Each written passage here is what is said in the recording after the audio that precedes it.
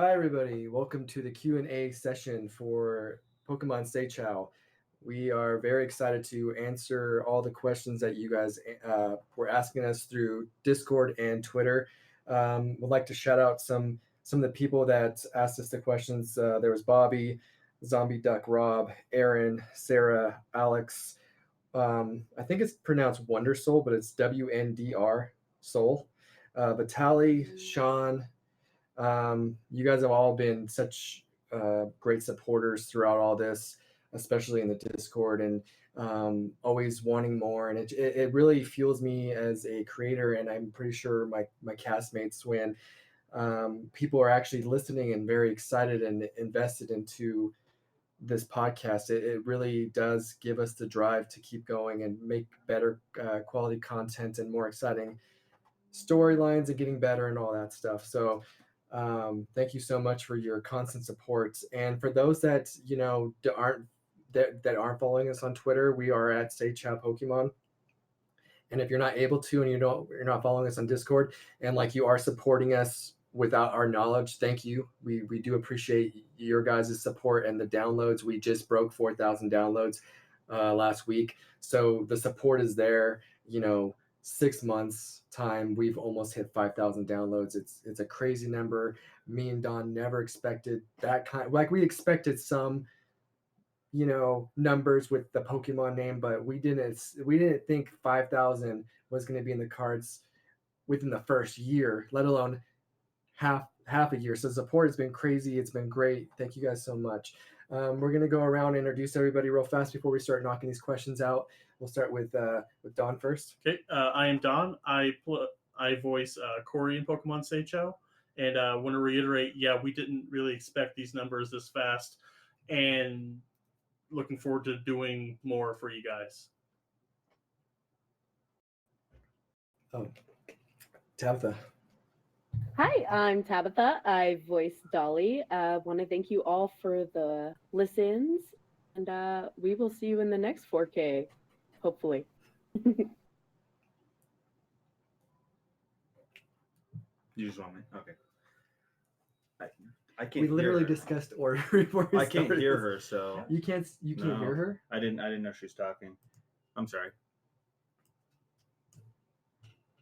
Oh, I can hear her. You might be having phone issues. I'm on Wi-Fi, so that shouldn't be a problem. Just talk. I'll just tell you when she answers or whatever. Yeah. Because we're getting held up right now. Right. So, my name's Zach, and I voice Orange.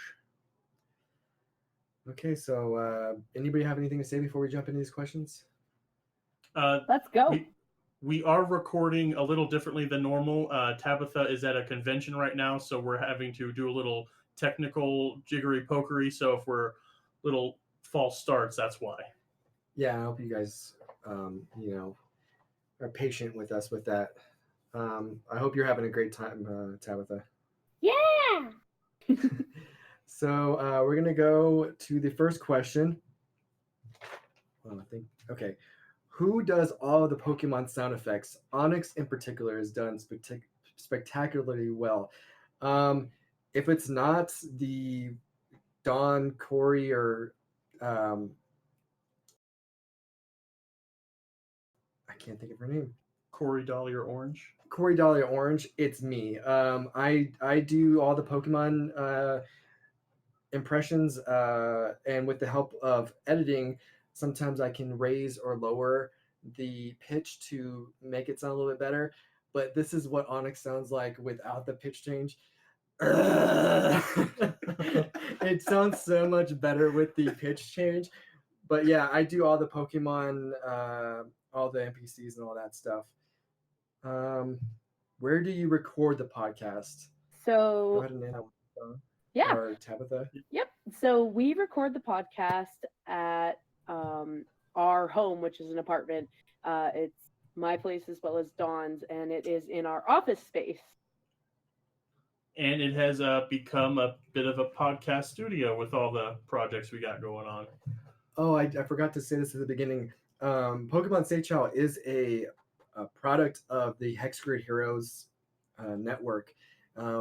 So be on the lookout if you enjoy what we do with Pokemon. If maybe you enjoy, say, sci-fi, space exploration, and that kind of game with Starfinder, we do have a Starfinder campaign where me, Don, the voice of Corey, and Zach, the voice of Orange, we also joined by Jake and Jan, are just starting up a Starfinder campaign. You can find our prologues on the Hexgrid Heroes now. You can follow us at Hexgrid Heroes on Twitter. And also, if you're looking, if you ever heard of the what is it, the Mistborn? Go ahead and plug your thing real fast. Yeah, so I GM a game based off of the. Hold up, I just started hearing myself randomly.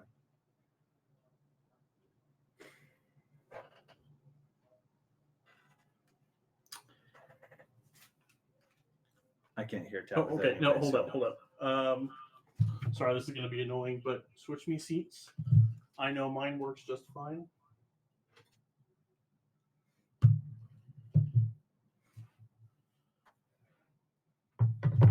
Sorry.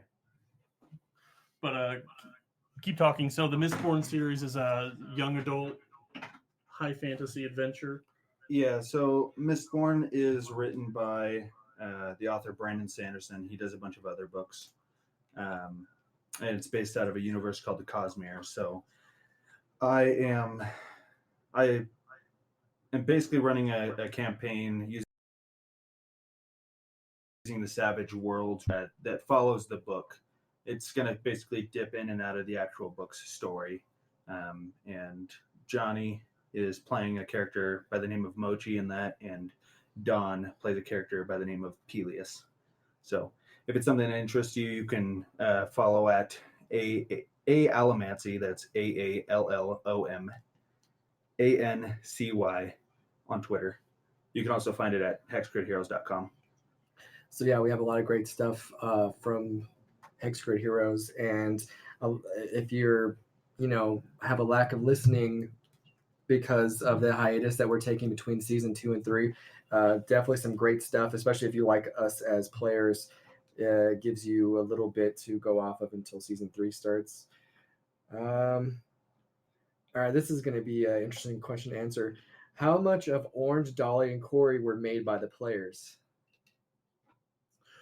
To be honest, when we first started this in season 1, I was going into this with my the other 2 previous castmates. They came in with these elaborate backstories, these awesome legacies that they were joining the child of Jesse and James and the great granddaughter of Professor Oak.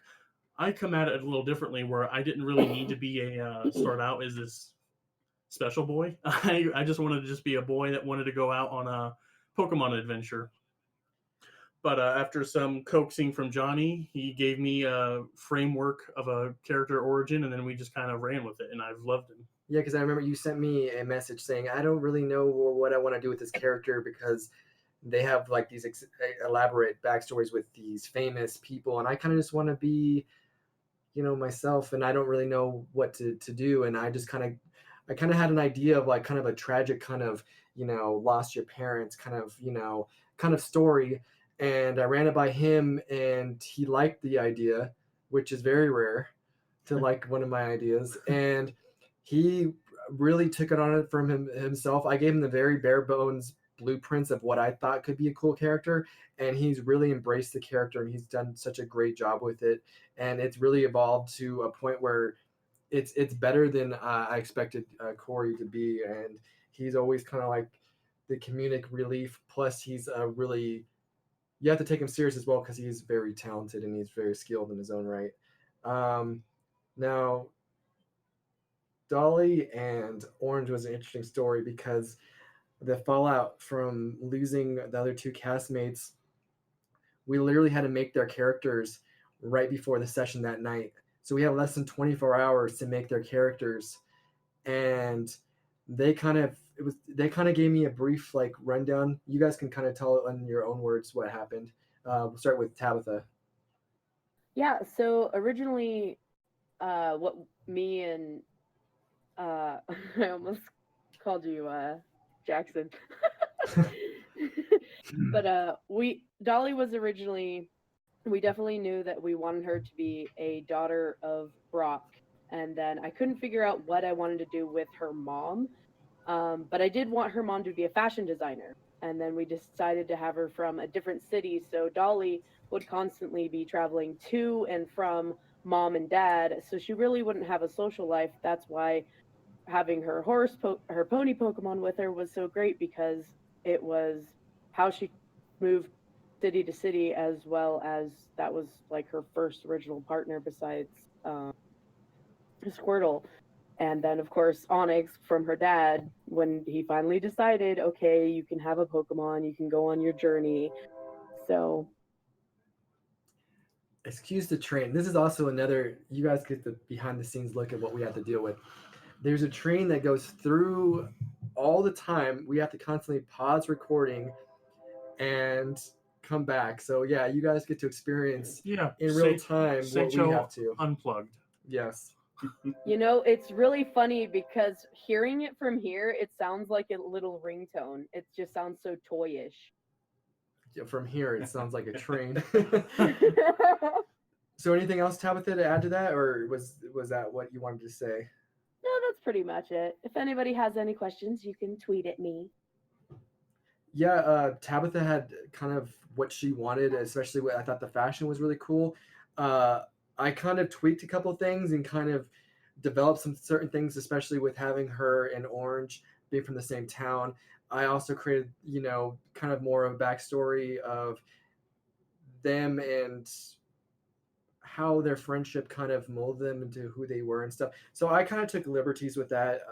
I'm not gonna lie, but for the most part, Tabitha came up with within hours that character, and just destroyed it, because in a good way. I must say, destroyed it in a good way.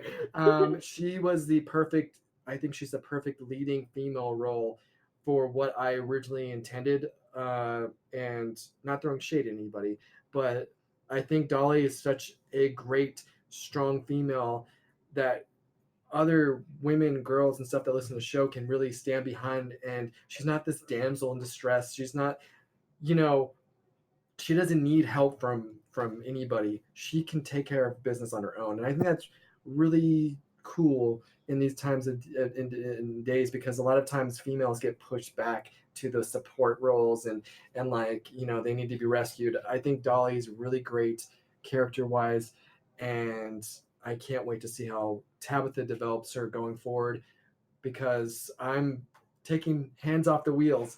I'm not going to be as involved in the characters anymore. I'm kind of gonna let them develop more. I feel like I kind of took control a little bit early on, because they were both kind of new to the system and stuff, and because the characters were kind of, you can say, rushed. I kind of had to, I felt like, take the steering wheel and kind of steer a little bit, but I realized going further into season 2, like, they're ready now. Like, they can take full responsibility and control their characters, and I don't have to. All I have to do is focus on giving them a entertaining game, you guys entertaining story to want to listen to, and just play my role as NPCs and let them shine. Zach, go ahead and tell us the story about Orange. So I'm not gonna lie. For the most part, when it comes to backstory, I let Johnny control a lot of past. I went into it for the most part. Again, it was last minute. I just knew I wanted to do kind of that. I don't know, a little, sometimes a little too loud, kind of annoying character, kind of like, this is just the anime I've been watching, Naruto, kind of like the Naruto type character. That was the idea behind Orange in the beginning, and I've been slowly molding it how I want it. Did you call him Orange because Naruto wears orange? No. Okay. Just curious. Who came up with the name? Didn't you jokingly say Orange, and then I but said, you didn't think it was yeah. gonna work? And I'm like, no, dude, that could totally work. I said I wanted a color. I Mhm. wanted it to be a You color, wanted a kind of like color, red or yeah. blue, or I was like, what colors haven't been taken? And so Johnny started listing, and he said orange. I was like, So yeah, he did pick the name, and a lot of this the way Zach made it sounds like I wrote up this character. I mostly like with Don. I just was asking suggestions, like questions, like what do you think about this kind of like, and then he would say yes or no, and we kind of went from there. But like I said, we were on a mean time crunch. We were talking about it about noon, and we recorded that evening at about 4 or 8. 5. Like that night. it was a little was 4 earlier, or I 5. think. Yep. Yeah, so like we didn't have a lot of time to prep, and we kind of just ran with it because we weren't expecting to do a cast change. That's not a question, but we weren't. It happened. It just happened. Real world stuff just happens. So anything else to add? Or are we ready to go to the next question? I think we're good. I'm good. If you had to pick a single Pokemon to choose as your starter buddy, who would you choose? And I'm assuming this is us as ourselves. Yeah.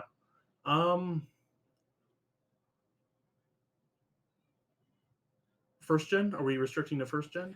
The way it was asked, I think it's any gen 1 through 7.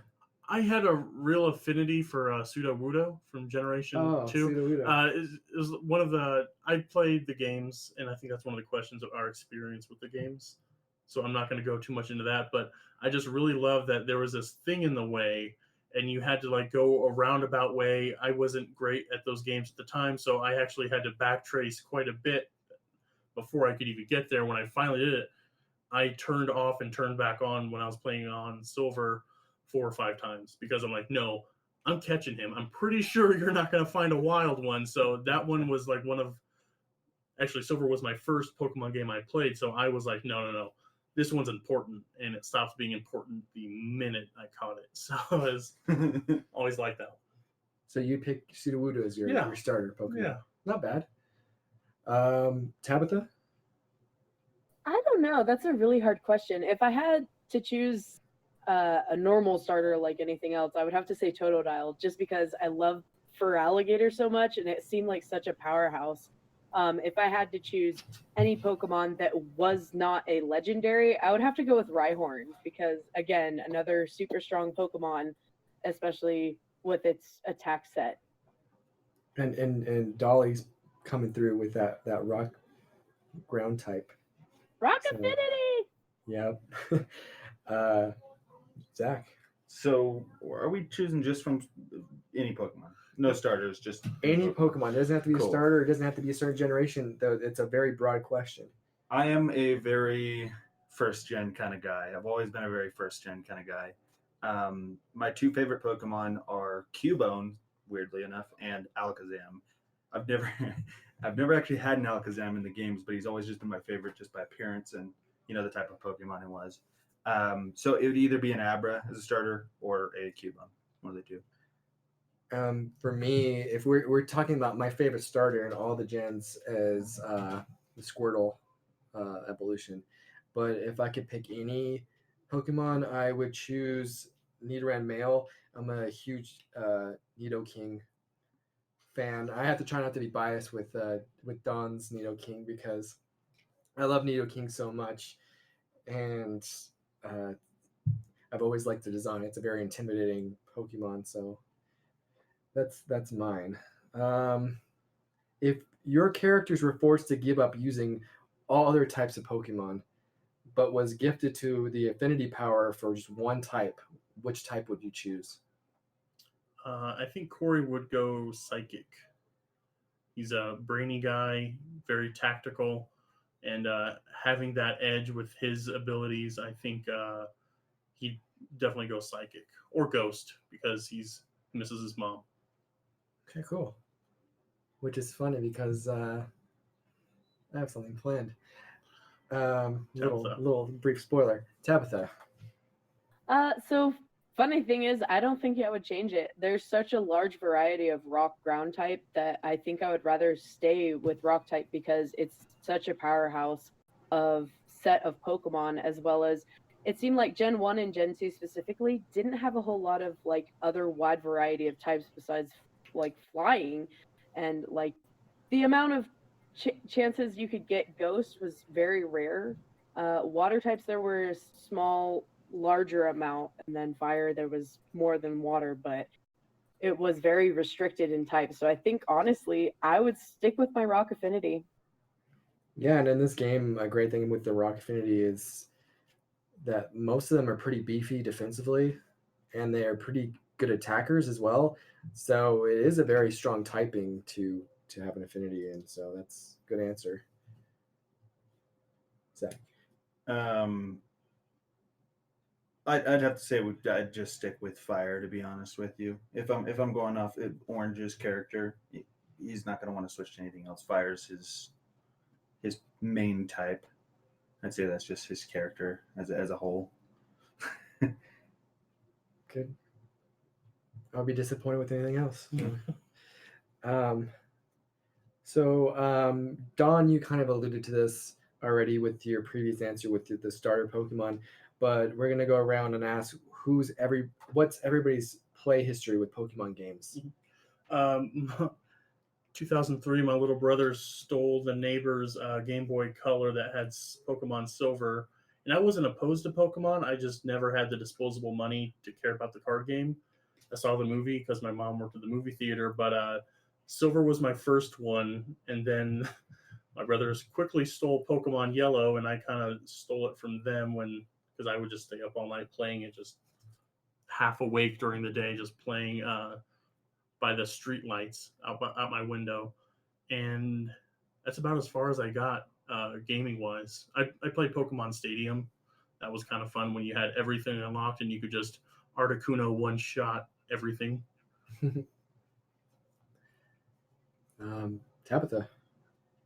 So for me, I originally got Red as a gift from, I think it was my parents for a birthday, and I didn't even finish it.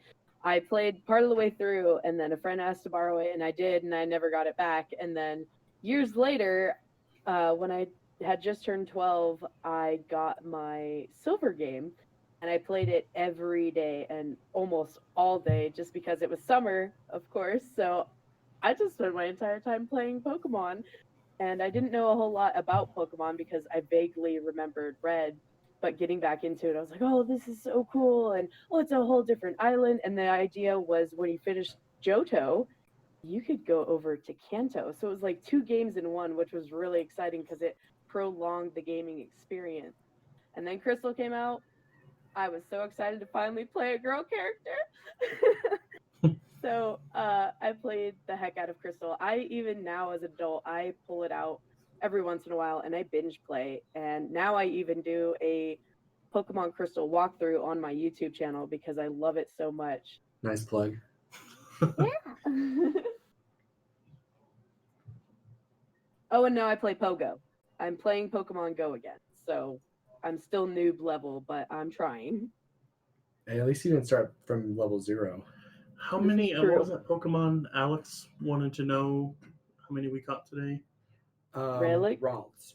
Oh, that wasn't a typo. I thought he was just a short version of Rattata. Okay. No, How many it's Ralts did you catch today, Tabitha? Oh my gosh, I lost count. Probably more than 50. How many shinies? 1. Only 1. I got 3 from my living room. Nice. I just got lucky. They were just coming to me. Anything else to add, Tabitha? Or is that it? Nope, that's it for my Poke Ventures. Zach? So I started with red version as well. I'm not going to try and remember the year because it's very vague memories to me. I believe I completed it. I can't remember if I completed it. I know that my next one was gold version, and I played that one completely. I beat that one. I remember that. And other than that, I think the only one I've played was Fire Red, which is basically a copy of Red version, just updated. So, and then of course Pokemon Go, which I've been playing on off and on. Oh, mine is a very long history. I remember I was really into anime, and everybody was talking about the games at school. And for my 8th birthday, my grandma got me Blue version, and I played that so much, and I love that game. And then the Gold and Silver games came out very shortly after because I got Blue at the end of its lifespan before the new ones came out, and my parents got me Gold version, and I played Gold version so much that I would be watching TV and just playing it, and my dad would be like, "Dude, you don't have to like look at the screen to play." I'm like, "No, I had every little thing memorized. I could just go around maneuver without even looking at the Game Boy Color. That's how much I played that game." Uh, so Gen 2 is probably like my favorite. I love Gen 1, but Gen 2 was just so great. And like Tabitha said, when you can go back to Kanto, it was very nostalgic, very cool, and has been done since. And then after that, I've played every single Pokemon game that's ever been released through Gen 7. I played Let's Go, Pikachu, and then I also played Pokemon Go. And yeah, I've been very diehard Pokemon fan for a long time, so I think you kind of have to if you want to run a game like this. I'm not the most knowledgeable guy. Like I played all the games, but there's a lot of lore and a lot of information that sometimes escapes me, especially with the newer gens, because I didn't play them as much as I played the older gens. So being in Kanto, I'm a lot more comfortable. I need to start playing the older games too, and then the newer ones too. Like by the time we get to those parts in the campaign, I can be, you know, more Encyclopedic. informed. Yeah, where I actually kind of act like I know what I'm saying and doing. Next question. Oh, I already asked that. Okay, this question's for me in specific. Is there any player choice you wish had gone the other way? Um, so with how linear season 2 was, there wasn't much you can do. We were just stuck in Mount Moon for like 13 episodes. And I guess the one thing that stands out to me the most was the Orange deciding to go against Father Kuzan by himself.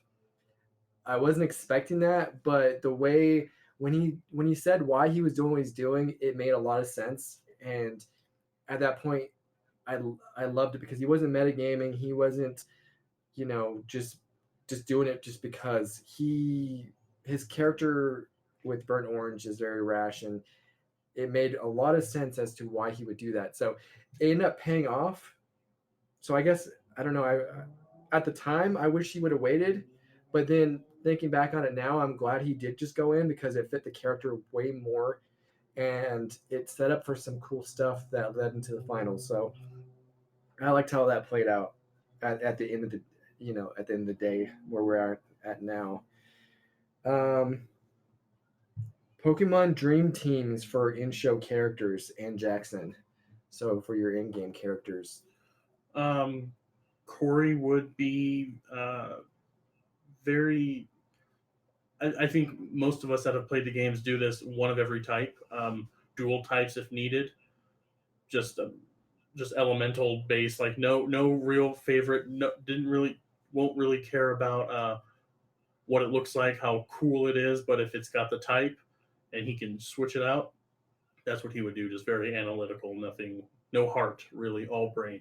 Which is cool for Corey since he's the rainbow trainer, Yes, yeah. which he's not restricted to just one affinity like the other trainers. He's very unique in the way that he has that flexibility, which is really awesome. And it really sets Corey apart from, you have Dolly with her cosplay battling, and you got Burnt Orange transformation. It's something I thought was really cool to add to Corey to give him, he's not a superhero. He's not going to be running into battle and fighting.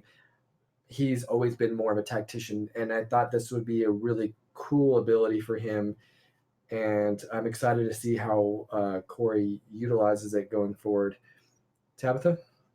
Yeah, so Dolly, of course, would still have Placid, and he would be a Blastoise. I would definitely have a Rhyhorn, an Omastar, Kabutops, sorry, and a Aerodactyl. And I would hope that Onyx, I could do a trade with, I believe, Metal Coat, and he would become a Steelix. That is my dream team. That's a very great team. I think it's a lot like the actual team that Brock had in, what is it, Gold and Silver and Crystal with rematch to Kanto. Yeah, it's very strong, good team. And a lot of dual types as well. Some like the rock water types of Kabutops and Omastar. So Yep. And then the steel was Steelix, and Aerodactyl is part flying. yeah, so yeah, you have some multiple coverages, even though you have one type of typing. Zach? I feel like Orange would be kind of like polar opposite of Corey, and the idea that he's not going for one of each type intentionally. In fact, I don't think he's going to really put much thought into what Pokemon he gets, more of just like what he encounters and I guess what he builds the best relationships with. I think that's kind of the direction he's going to go with it. Even though he does have the fire affinity, and it would be the tactical thing to do to kind of double down on that.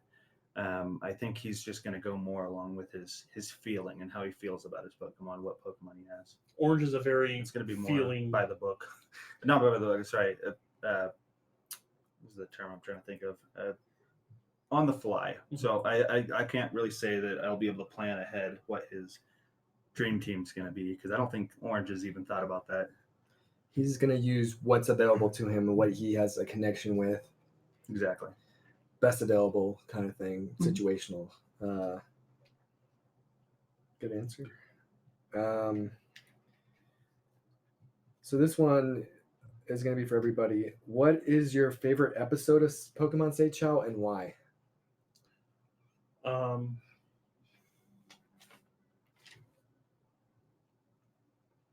I think it's going to be the dance competition because Corey was just this season or all. Any Okay, episode. I didn't know if you it's said. not just restricted to 2. I enjoy every episode. They're all great for me. They're all some more frantic than others, but the dance competition because for me, I like to see Corey win. That was nice, but I also like to see how he won. Like it wasn't just it was out of his comfort zone, but to see him still thrive in that was a kind of a nice touch and really just the luck of the dice. Yeah, that episode, I kind of just threw it together. Season 1, it was more of like I was just trying to establish characters and set up something big for season 2, and I didn't want to make anything boring, so I was trying to put out good stuff. And it was my first time doing a game, and I never GM'd before, so I was struggling with pacing and what I should do with this and that, storylines, like to get people. It's really important to get people into it early to where they want to keep listening. And if you lose interest early on, then people are just going to stop downloading and listening. So, I felt like a cool little finale would be a dancing episode because I know Corey Don jokingly made a joke like in one of the earlier episodes about a singing musical episode. Yeah. And I took not the musical episode thing, of course, but I thought, oh, maybe a dance competition because I needed something to where I wanted somebody to get the Magikarp like in the games in that area. And I thought a dancing competition can be fun. And then we can put some interesting mechanics in to see who could win. And, you had some people like Jackson, which, that was comical. And it kind of shed some more light on Leilani and who she was as a character a little bit. And unfortunately, season 1, losing 2 of the characters we were really trying to build story-wise, it kind of erased everything that we were working on season 1. So it kind of put a damper on season 1. But in the same time, there's a lot of important story stuff with Jackson and Corey. That's why when I tell people that it starts getting better audio, episode 8, and the story starts getting better and stuff. But there are some cool little Easter eggs and stuff that are thrown in that if you didn't listen to the first 7 episodes, you'd miss. And then also the importance of one of our highly downloaded episodes was actually Corey's Retribution. And it's one of my favorites. Nothing tops the emotional connection between a mother a son losing his mother at an early age, finding out that his mom, after all these years, was actually murdered.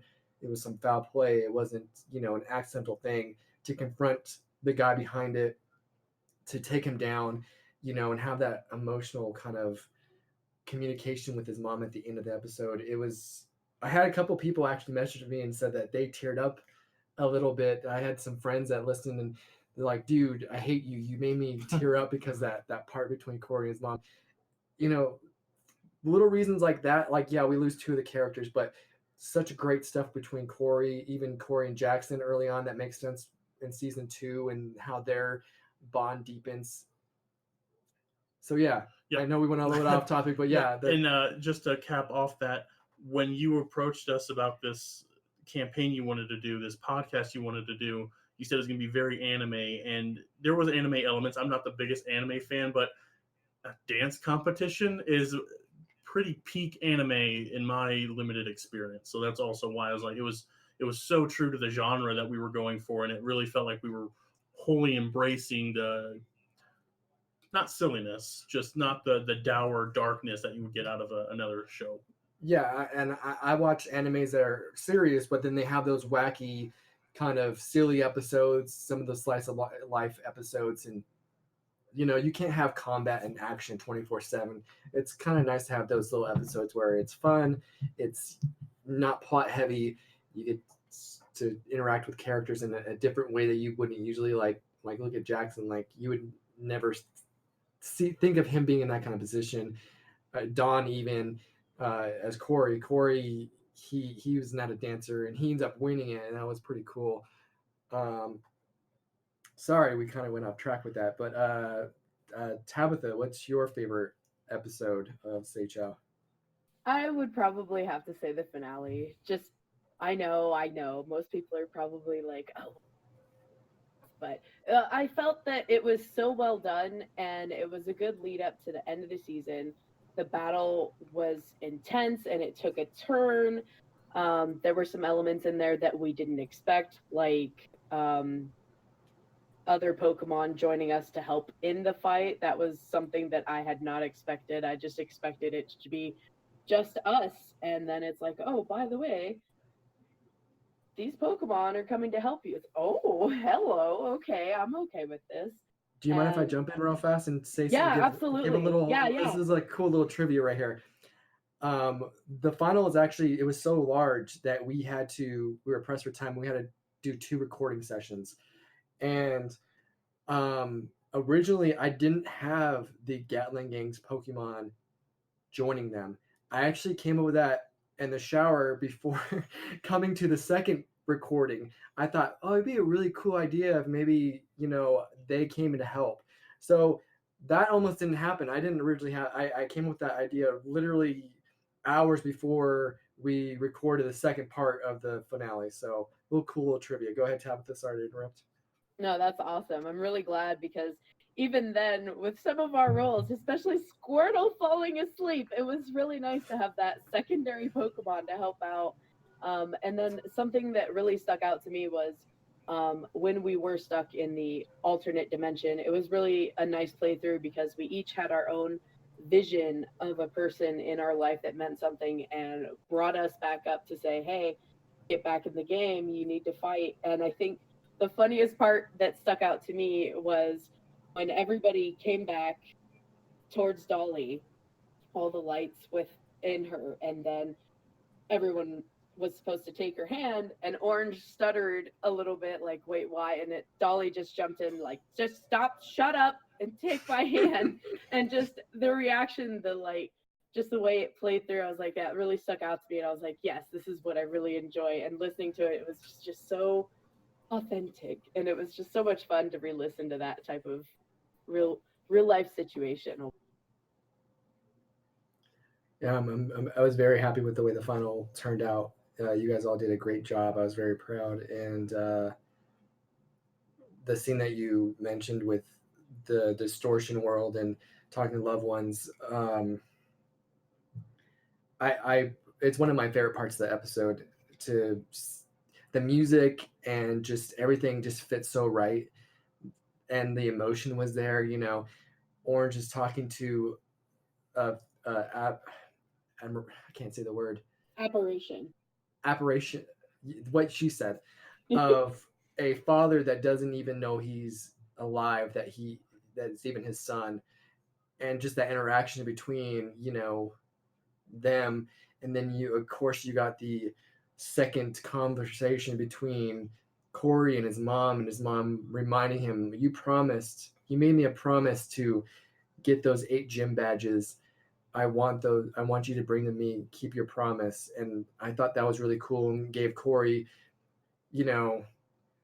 a big motivation boost. His character was kind of like in flux because I kind of ruined it, I think, with the whole I was kind of directing him towards being the serious kind of person because the white hair and everything and the trauma. But very, very early, I'm like, I miss the old Corey, his quirks and just how he was. So, and then a lot of other people did message me. Alex was one of them. He's like, I miss Corey. I miss the old Corey, and I completely agreed. It didn't come out the way I was anticipating. So, it was my bad for trying to change things up. I should have just let Don have full control Corey and do what he wanted. I was just trying to add some flavor, but I saw an opportunity in the final to kind of get the old Corey back, and I ran with it. And I thought it wasn't just like all right, this is reasons Corey's back to his old self. It wasn't hand waved. It was kind of hard earned too, performance wise. Doing those, it's easy for Don to play Corey because that is, I'm quirky, I'm funny, I'm quippy. Having to do that, I think, may have fed into why it wasn't the smash success you might have thought it was going to be. It was just outside my wheelhouse. So I mean, it wasn't a failure on your part at all. It was kind of you set something up, it didn't go as planned, so we gave the people what they want.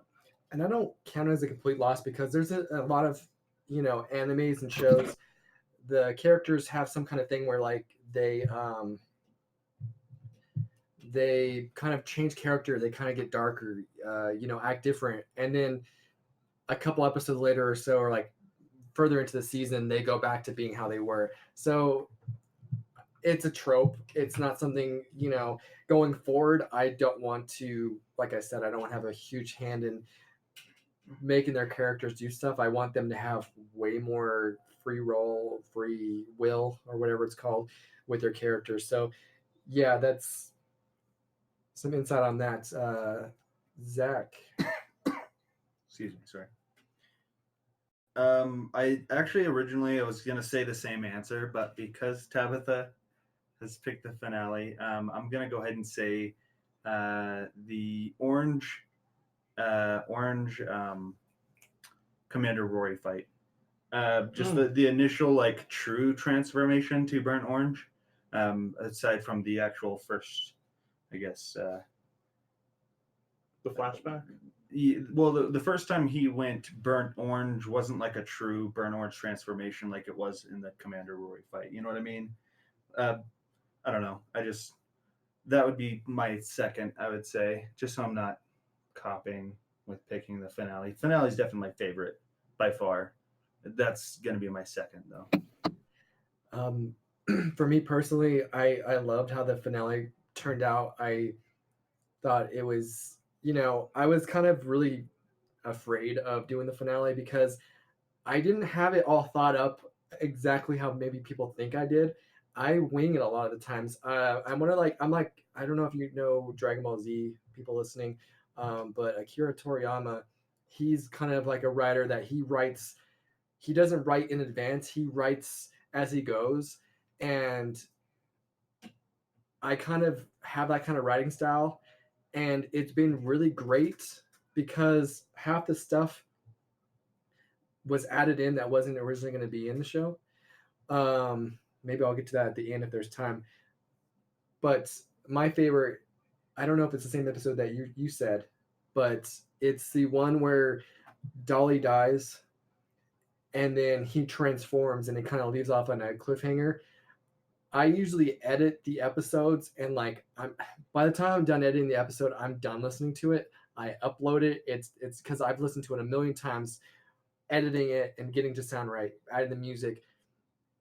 When that episode came out, I listened to it a couple times not the beginning really, but like just that scene with Dolly dying and then Orange transforming. I thought it sounded so cool, especially with the voice and the music, and just there was so much on the line. And like, what's going to happen next? Like, what's the next step with his transformation? What's the story behind that? Is Dolly really dead? It's to me, it was my favorite episode.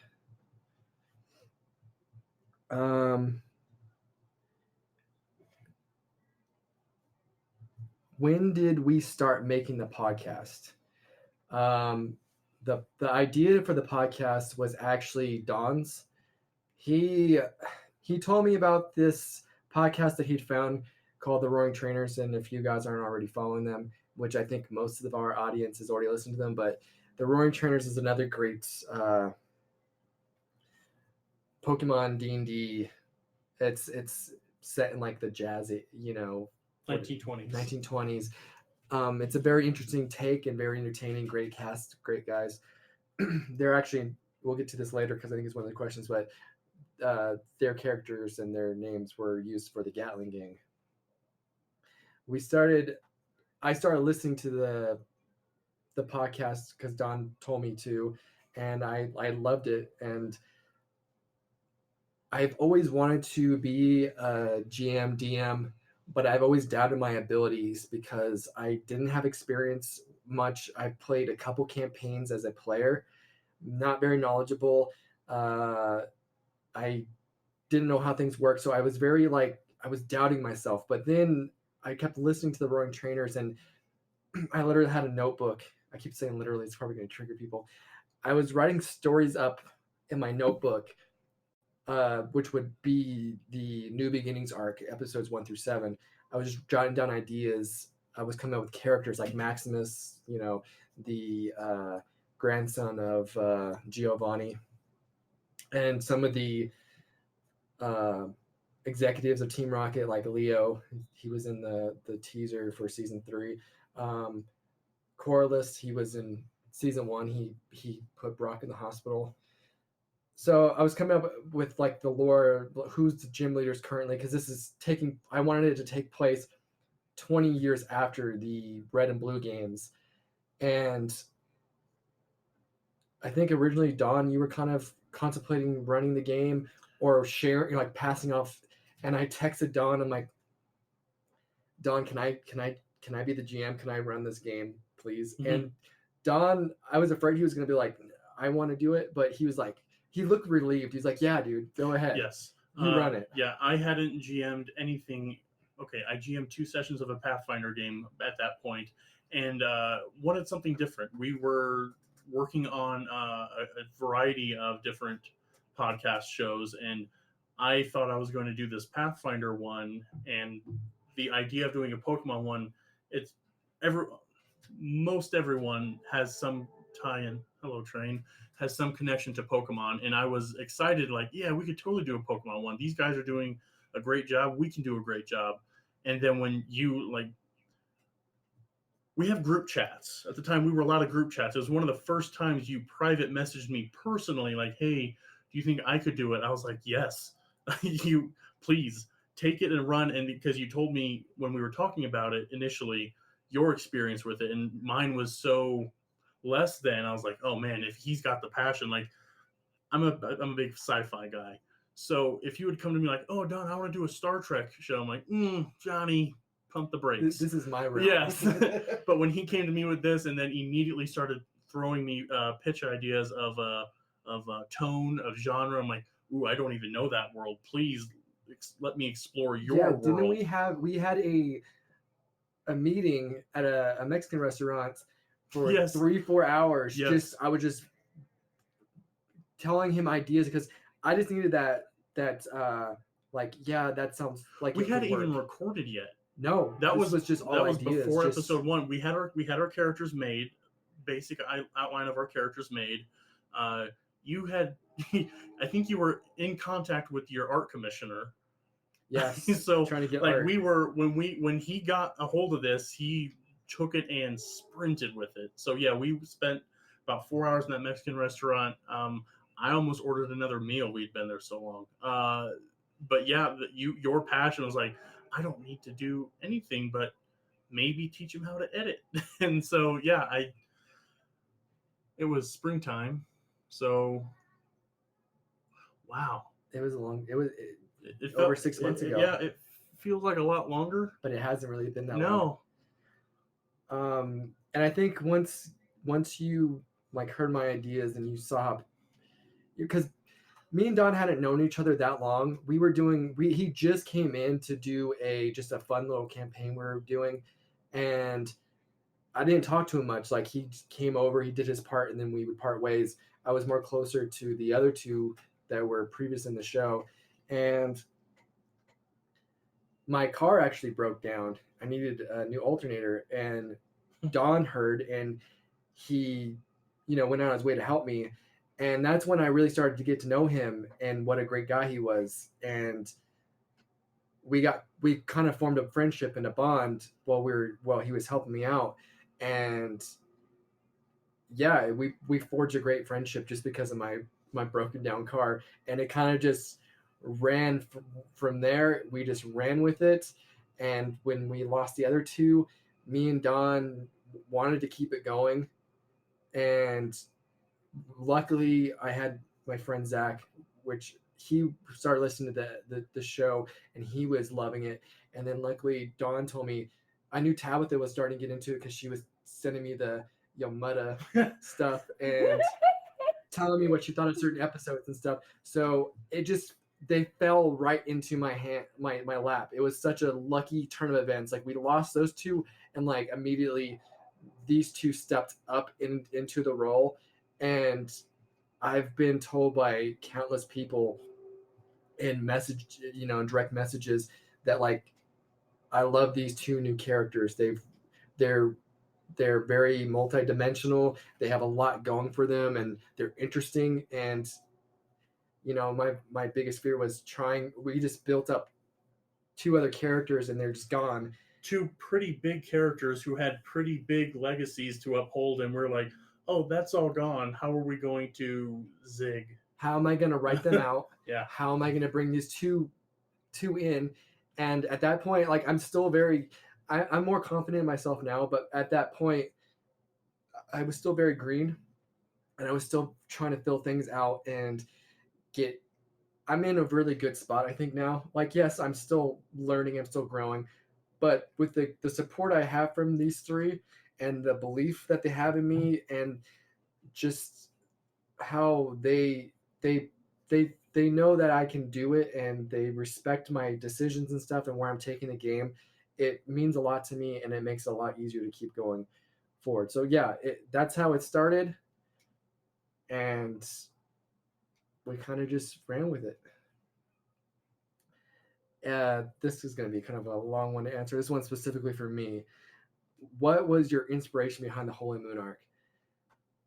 Now, like I said, I was writing up the first season, just kind of listening to the Roaring Trainers, and I had just got into a car accident. Same car Don just fixed. Like a month or so later, I got into a pretty bad car accident, and that car was totaled. And I was in need of a new car, and my family was living in Kansas, and my sister had a spare car she was going to let me have. So my mom and her came to pick me up. So they spent the night, and I was in writer mode. Like before they came, I was finishing up some stuff season 1. I'm like, what can I do with Mount Moon? I didn't want to copy the anime and just have it about Keferi and the alien thing and stuff like that. I'm like, that's boring. But I knew I needed to have something interesting. So I thought up of like a cult. And Father Kuzan was originally going to be named Father Joseph. A little trivia for you there. Before Sean, he gave me a list of names because I did ask on Twitter and stuff for people's names. Everybody in season 2 NPC was based off a real life person. So fun information. Sean gave me Largo and Kuzan. They weren't real people, of course, but like I guess he has used those names in his campaign, and he just gave them to me if I wanted to use them. And originally I was also writing for the other two characters So I had nothing planned for the burnt orange transformation. I had nothing planned for, the whole Dolly thing. It was very bare boned. I wrote it, was writing down ideas, and we had to leave that morning at 5 o'clock in the morning to start heading to Kansas. And in the car, I was in my notes on the phone, and I was like just typing away on stuff. So I had the blueprint pretty much written up. And to go back to the question, it says, what was your inspiration? My inspiration was actually from the first song of the season 2. I was listening to that, and it kind of just got my creative juices flowing, and I would just start writing stuff out. Okay, there's a cult. Necrozma. I do have a poster on my wall of the Gen 7 Ultra Moon, Ultra Sun games. So there is Necrozma right there looking at me, and there was Lunala, and I'm like, Necrozma would be cool. Like, he's trying to come back from the Ultra Dimension. And then I thought, what would make sense why I thought Lunala, because Necrozma needs light source to, like, keep going. And there is a fusion in the games between them. There's a fusion form. So Necrozma is trying to take over pretty much Lunala into that form, and then you'd have an endless light source. And then I thought up, like, they're trying to bring him back, and Lunala trap them, and the whole time Father Kuzan is really a Gengar. And it was very bare bones, because most of the episodes I was going to have it to where they were just looking around the cave for Pokemon. There was not a lot of story. It was very bare bones. It wasn't until I got the new cast and we're kind of just filling it out, and especially with when the Roaring Trainers on Twitter gave me their names to use, I immediately, because the guy that runs that game is named Gatlin, I thought of a group of treasure hunters, the Gatlin Gang, and I thought it added another dimension to the, like, emptiness of the holes in the story, and that could be interesting. And then I slowly but surely started adding more and more as we went, because we recorded 2 episodes at a time. So I could kind of like record those 2 episodes, go back. The burnt orange thing, a lot of people might not know. Some people in the Discord know. It was made off of a joke that Don made, because of the whole Father Kuzan control thing. Don was saying burnt orange. And I like the idea, and I like the transformation. I like the voice I could do with him in editing. So I really wanted to keep him as a transformation. And what's more anime than a transformation? You got transformations and everything. So I'm like, this is my opportunity to have a transformation in the show. There was just so much added as we went along. So if you thought I had that all planned beforehand, no, I was going as we went along. And but I had most of it. Like, Father Kuzan was always going to be a Gengar. So, because I know a lot of people were, when I was asking for fan theories, a lot of people thought I was like fishing for ideas. It was already set in stone, and I'm not going to. When I have certain things written, was it J.J. Martin or something like that? The guy from George R. R. Martin. He has that quote where, like, if somebody thinks that the butler did it, but then you say the maid did it, and you're changing it just because you don't want people to know, like, it just ruins the whole story. So I'm never going to change it, even if somebody figures it out. I'm not going to change my whole story and mess up everything I was building. Do you know who the first person to figure it out was? Was it me? So Zach was the first person to figure it out. I know Sean, he did some investigative work, and he kind of figured it out, but he was able to figure it out because in the promotional art there was a Gengar there. I don't know if it was overlooked by people, or a lot of people didn't see it. A lot of people didn't see it for some reason, but the promotional art did have a Gengar back to back with Father Kuzan, and I thought it was very obvious that it was a Gengar, but I thought it was too. I was surprised. There was a lot of fan speculation, and there's a lot of things that were not right, and it made me happy because I'm like, wow, I thought I was being very obvious with all this, and apparently I was concealing it better than I thought. But yeah, that was my inspiration. Just listen to music, the Roaring Trainers. Your Necrozma poster. My Necrozma poster. It was a lot of things that just kind of worked, and I knew that season 2 had to be something special because season 1 to me was, I know it was okay for me. It wasn't great. It wasn't amazing. I think it was a good stepping stone, and I think every show needs that to kind of introduce the characters and build towards something. Season 2 was like, it was like Dawn kept on telling me in real life, like, dude, calm down, slow down, because I was just so excited about season 2 before we even started. We were recording season 1, and I was just so gung ho about season 2. He's like, dude, just focus on this season first. And if I can chime in on that, like, it felt like towards the end, like, you didn't care about what we're doing in episode 1 because you were so focused on episode 2. I'm like, so, like, it almost felt like, not that you were ashamed, just like you knew what the score was with regards to where we're at season 1, that you wanted to distance yourself, so you were already season 2 and reveal the curtain just a tiny bit. When in that pre-show prep period we were doing, you ran a lot of things by me. Dawn knows quite a bit Endgame. What But used to be Endgame, a lot actually. of it's changing as we go. Yes. Honestly.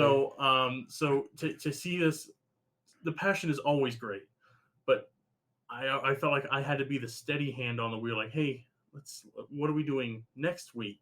Like, oh, you would message me, oh, you're going to be blown away what we do season 2. Were you? Probably. Were you? Oh, yes. Yes, probably will be blown away as well. I'm asking you a question about next week's session. So it was fun, but it was sometimes like, I'm not a parent, but I feel like I've learned a lot of parenting lessons starting this podcast. And I was looking through my phone to try to find the exact message when you sent me asking me for my permission for you to run the show, and I couldn't find it. I think the thread had been lost. But yeah, you had a lot of theories. You had a lot of planning to do with this. And your point about the Necrozma Gengar obviousness, we didn't. I think if we had tweeted out the picture more, the promotional art. I did quite a bit though. Like when I first got it, I was really excited, and it was even the background. It's for the when it goes like up like to like the link, it even has a picture of that too. So I guess it could be easily overlooked. I spent a good amount of money on that, so I hope people saw it and enjoyed it. It was great art, also.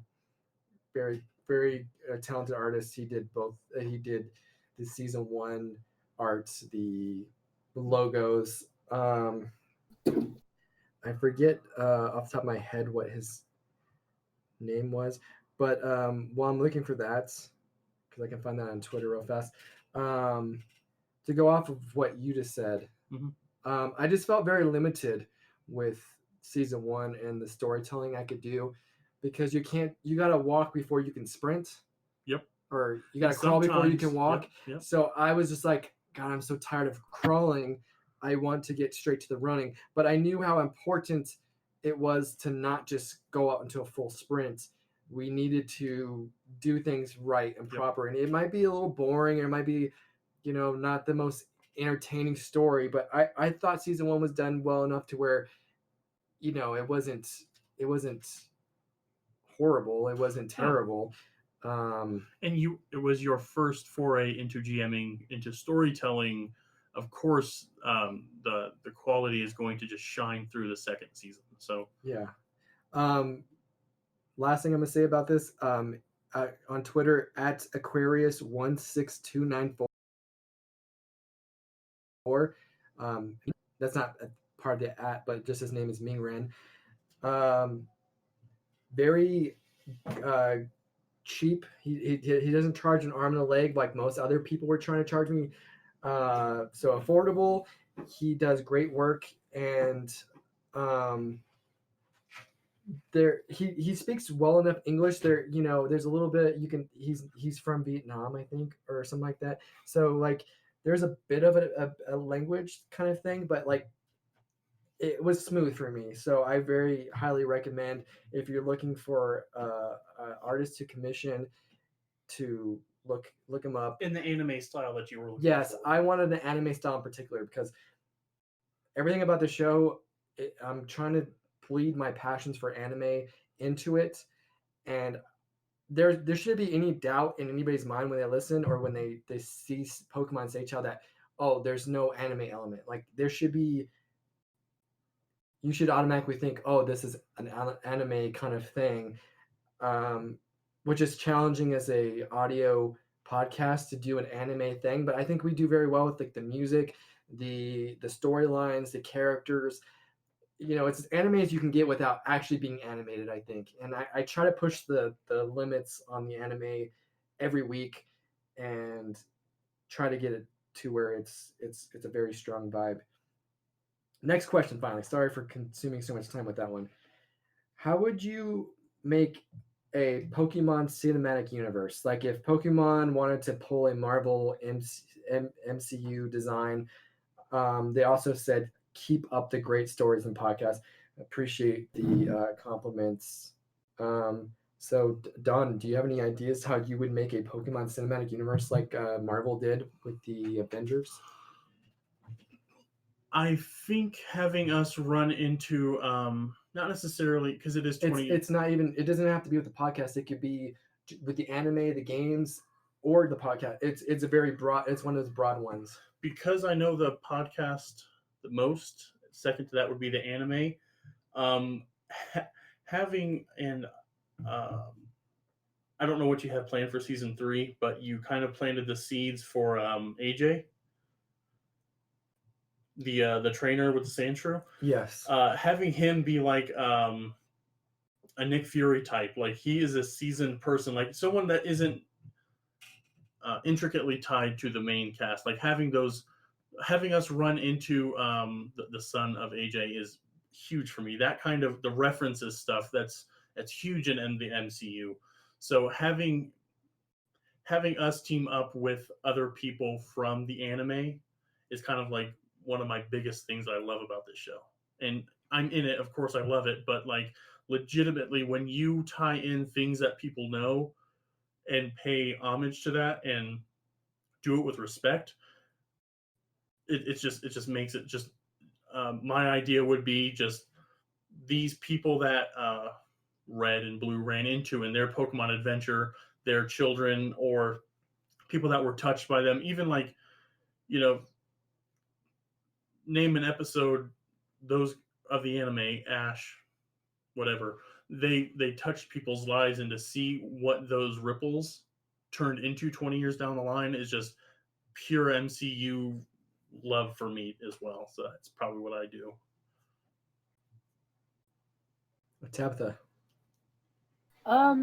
I think instead of like a cinematic Pokemon, I would rather have like a Skyrim Pokemon. I would love to have like an open world. You can have a partner walking beside you, like in Yellow in the old game where it was walking right beside you, and you could encounter certain people. I also think it would be really cool in that type of world to where you can go to different gyms and it would be just like normal leveling up in Skyrim. So it'd be more like a game than a movie. I actually really like that. Thinking about it now, that would be a game that I'd play for sure. Woo! that'd be extremely cool to see. I don't know if I really have an answer for that. I haven't really thought about that much. I'm not quite sure how to answer it. I got something kind of thought up. Going back to the games, gens 1 through 7. You have your phase 1, your phase 2, your phase 3.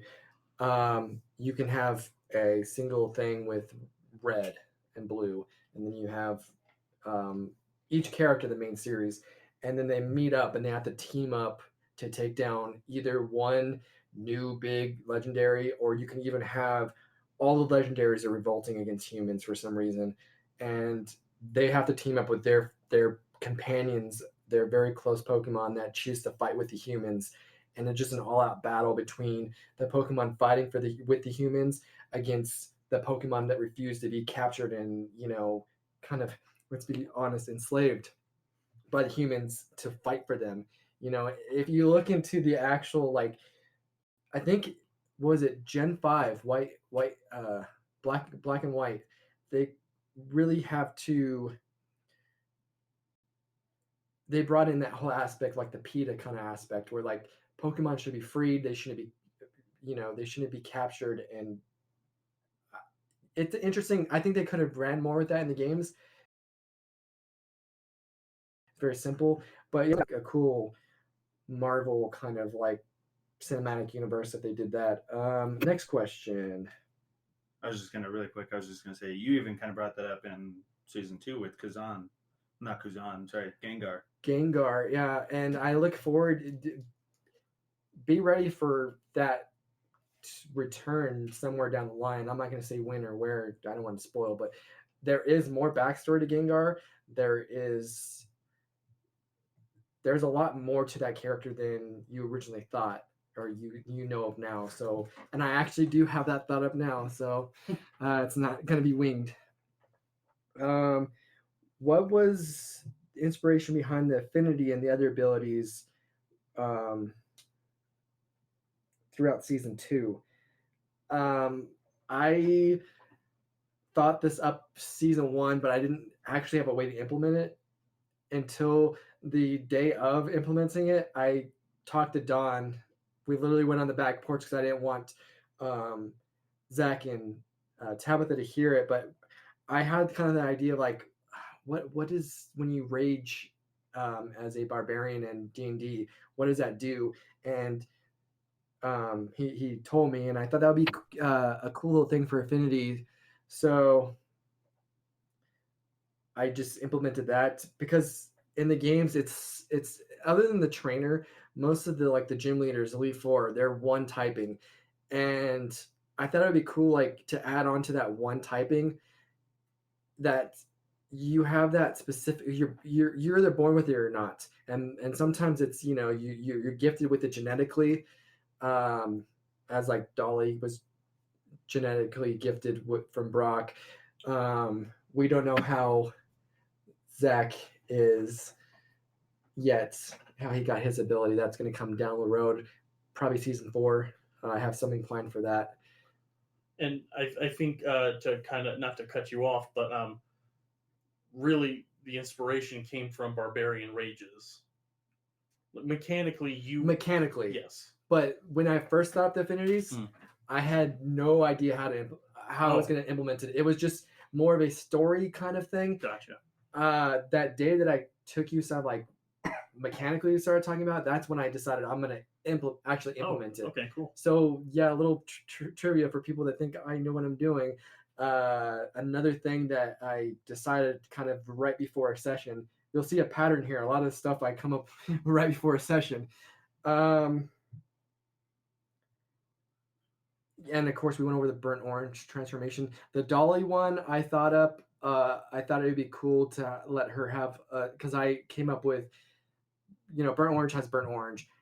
I came up with the idea to give Corey the rainbow trainer ability with all the affinities for all the typings, and I wanted to give her something else than just a rock affinity. So I ran it by Tabitha to see if she was cool with it for her character, because at this point I was more like, I don't want to make you guys do anything with your characters you don't want to do.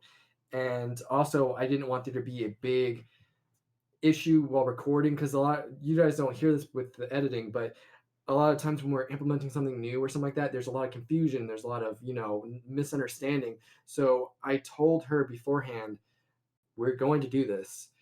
And I didn't tell her to the full extent, and I didn't want to spoil anything for her, because I want genuine reactions when we're recording. I don't want it to be like a fake acting, because we're not actors here. Like, so yeah. So I ran it by Tabitha. She liked it. I actually told her to write out some, so she had them promptly, and I'm not using right English. She had those written up with the descriptions, and it was really easy for me to just read it off of what her outfit was with the cosplay aspect. So yeah, all that was kind of just done on a whim. I kind of came up with it right before we started recording. Who is your favorite member of the Gatling gang, and why is it Adam? I mean, Aaron. Wow. And why is it Aaron? Sorry, Aaron. You're listening. I have it written. My writing is horrid. Yeah. So, who is your favorite member of the Gatling gang, and why is it Aaron? I mean, you kind of already answered the question for me. Like Aaron, I'm a huge fan of all of them. They are all like they're like Power Rangers. I don't really have a favorite one. I just love them all and what they bring to it. I don't know why I had to go Power Rangers. That works for everything, but I'm gonna have to say Adam, just because the voice, and the mannerisms that he uses. Like I can't tell you how many times Tabitha will be just sitting around doing something like, oh, whoa, whoa, whoa. I'm a child. Like I just need just a little tiny thing to grab onto, and I'm like, I'm hooked. Tabitha. I would have to say Gatlin. I think Gatlin's my favorite character in our podcast. And then with the Roaring Trainers specifically, I would have to say Adam, just the Lofi type of character. I would also. I'm sorry to the other three, but I'm going to have to also say Adam.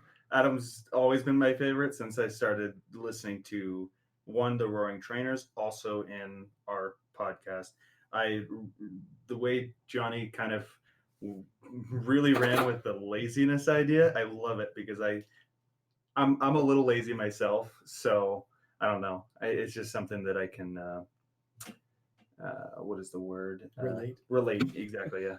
I'm sorry, I'm bad with words sometimes. So no, you're good. No, it's accurate. No, and the way you personify that specific relationship with Alakazam at that point, like that's a added thing that the other members of the Gatling gang just didn't have. Like you brought that other layer to it that just kind of like makes it pop for it seemed like the three of us. But tell us all about Aaron. Aaron was a hard character to do. He was the toughest one out of the four. He has if you've ever heard of the Roaring Trainers, you ever listened to them, he has a very unique voice that I cannot even come close to doing. And he just has, it's just like something that it's not easily imitated. So like I'm the Great Value brand of Aaron and the talent that he has just with his normal voice. So he was a difficult one of the four, and I don't think I gave him a lot of shine because he was more difficult. Since say Nick was very easy for me to just out of nowhere I could just say something as Nick. Adam, he was very fun to voice around and play around with, and I went with the whole 7 Deadly Sins. You know, I thought it would be a funny little thing because like he's lazy and he's a sloth. You know, he's already a sloth, so Father Kazan can't do anything with that. And I thought that was a funny little thing. And then in the Roaring Trainers, Adam is actually named Atticus. Yep. And he has a very special relationship with an Abra. I don't want to copy them. Like they gave me permission to use their names and stuff. So what I did was I used their actual names, not their character names in the campaign. And then I based their characters off of the ones that they play in the game. And I thought if I do the Kadabra, I can name it Bro. Because Kadabro works, I guess. At the time, in my mind, it did. Because in the Roaring Trainers, his Abra's name is Abby. And for Gatlin, he does all the voices of the NPCs and stuff. He's not a player. So for what I did with him is that when they got in the game to the Rusty Snail, there was this woman and she had like a voice like this. So I just took that voice for him and kind of tweaked it a little bit and just kind of gave him like, oh, he's the leader. He's the important one. And we did have a fan vote on Twitter. It did get a large supply of votes, about 20 or so, and 50% of the vote did go to Adam, 40% went to Aaron, which was a shock to me because, like I said, I feel like I didn't really utilize Aaron as well as I could have because Nick's voice was so much easier to do, or Adam was so much easier to do, or even Gat was so much easier to do. So I do apologize, Aaron, if you're listening, that if I didn't do you justice or if I didn't give the characters much shine as the other three. It was very difficult for me to do that role, and yeah, And I will say, Aaron grows the best beard in the Roaring Trainers. he has a magnificent beard. I saw the picture of them in the car on the way to that con. Yep. So yeah, There. We give him some love. we give him some love. We love you, Aaron. Thank you. We love you all, guys. They were the inspiration for this show. So, I mean, undying gratitude for what they do. And it's so cool that we can banter back and forth about that. When we were first starting out, instead of like having nothing to do with us and be like, oh, this guy's gonna be competition, or like these guys aren't worth our time, you know, it could have been so many different spectrums. They reached out to me. I spoke with two of the members, Aaron being one, and they just were like giving me suggestions, tips. Very early on, when we had like no followers, they were retweeting our stuff and like saying, "Hey, if you like Pokemon, show some love." And it was very very amazing for me at the time, because I was having strong doubts that I was going to be able to make it, that this was going to go anywhere, that it was just going to be one of those things where it's a passion project and it's not going to take off. But to have them backing me up and to support me and be very cool and just private messaging me and just discussing stuff like that, you know, they didn't have to do that. So yeah, you know, if they wouldn't have been so helpful, and then if they didn't have their pocket without Roaring Trainers, there would be no Pokemon Seichao, because I wouldn't have had the idea to really create the show. You would have never probably brought it up to me. So Nope. it's one of those kind of chain events that their show being in existence worked its way down for us, and I knew immediately that I didn't want to do something similar to them. I wanted to totally do something different. Didn't want to be a copycat or anything like that. So I think we were very different spectrums of Pokemon, time frames, lore, genre. But I think we're very great in our own ways. And And this community in general is just, I've been a part of quite a few fandoms over the years. The TTRPG community is so welcoming for everyone. You can put out, and I know this, you can put out trash and people will still stick with you, because if you give them a little glint of talent, a little glint of humor, of entertainment, they'll carry you. And so I just got to shout out to the rest of the TTRPG community for the support they've always been giving there were us. so many in the Turn Up podcast. Yep. Sean, he's been such a great person. He gives me feedback, and he's so I have two great guys that are not yes men. I have Alex and Sean. They're very vocal with their opinions. They don't hold back punches. And you know, like Don is he's very vocal, but like of course he's in the podcast. So I like to have eyes and ears from the outside perspective. And what Sean and Alex give me is very informative, and it helps me make some tweaks to improve. I'm always looking to improve the show, and having them to where they're not holding back punches and they're telling me how it is. It's really respected and it's really appreciative. Like Alex has been there from day one. First episode came out, he literally, God, I said literally again, messaged me, direct message, and was talking to me about the show, and he's never stopped listening since. So like day one, huge support. So yeah, so go back. The Turn Up podcast has been great, very supportive, retweeting us, putting us in Follow Back Fridays, and a lot of the so many other ones that I put on Follow Back Fridays have been supportive to us as well.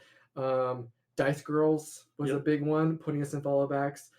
God, there's just so many I can't remember.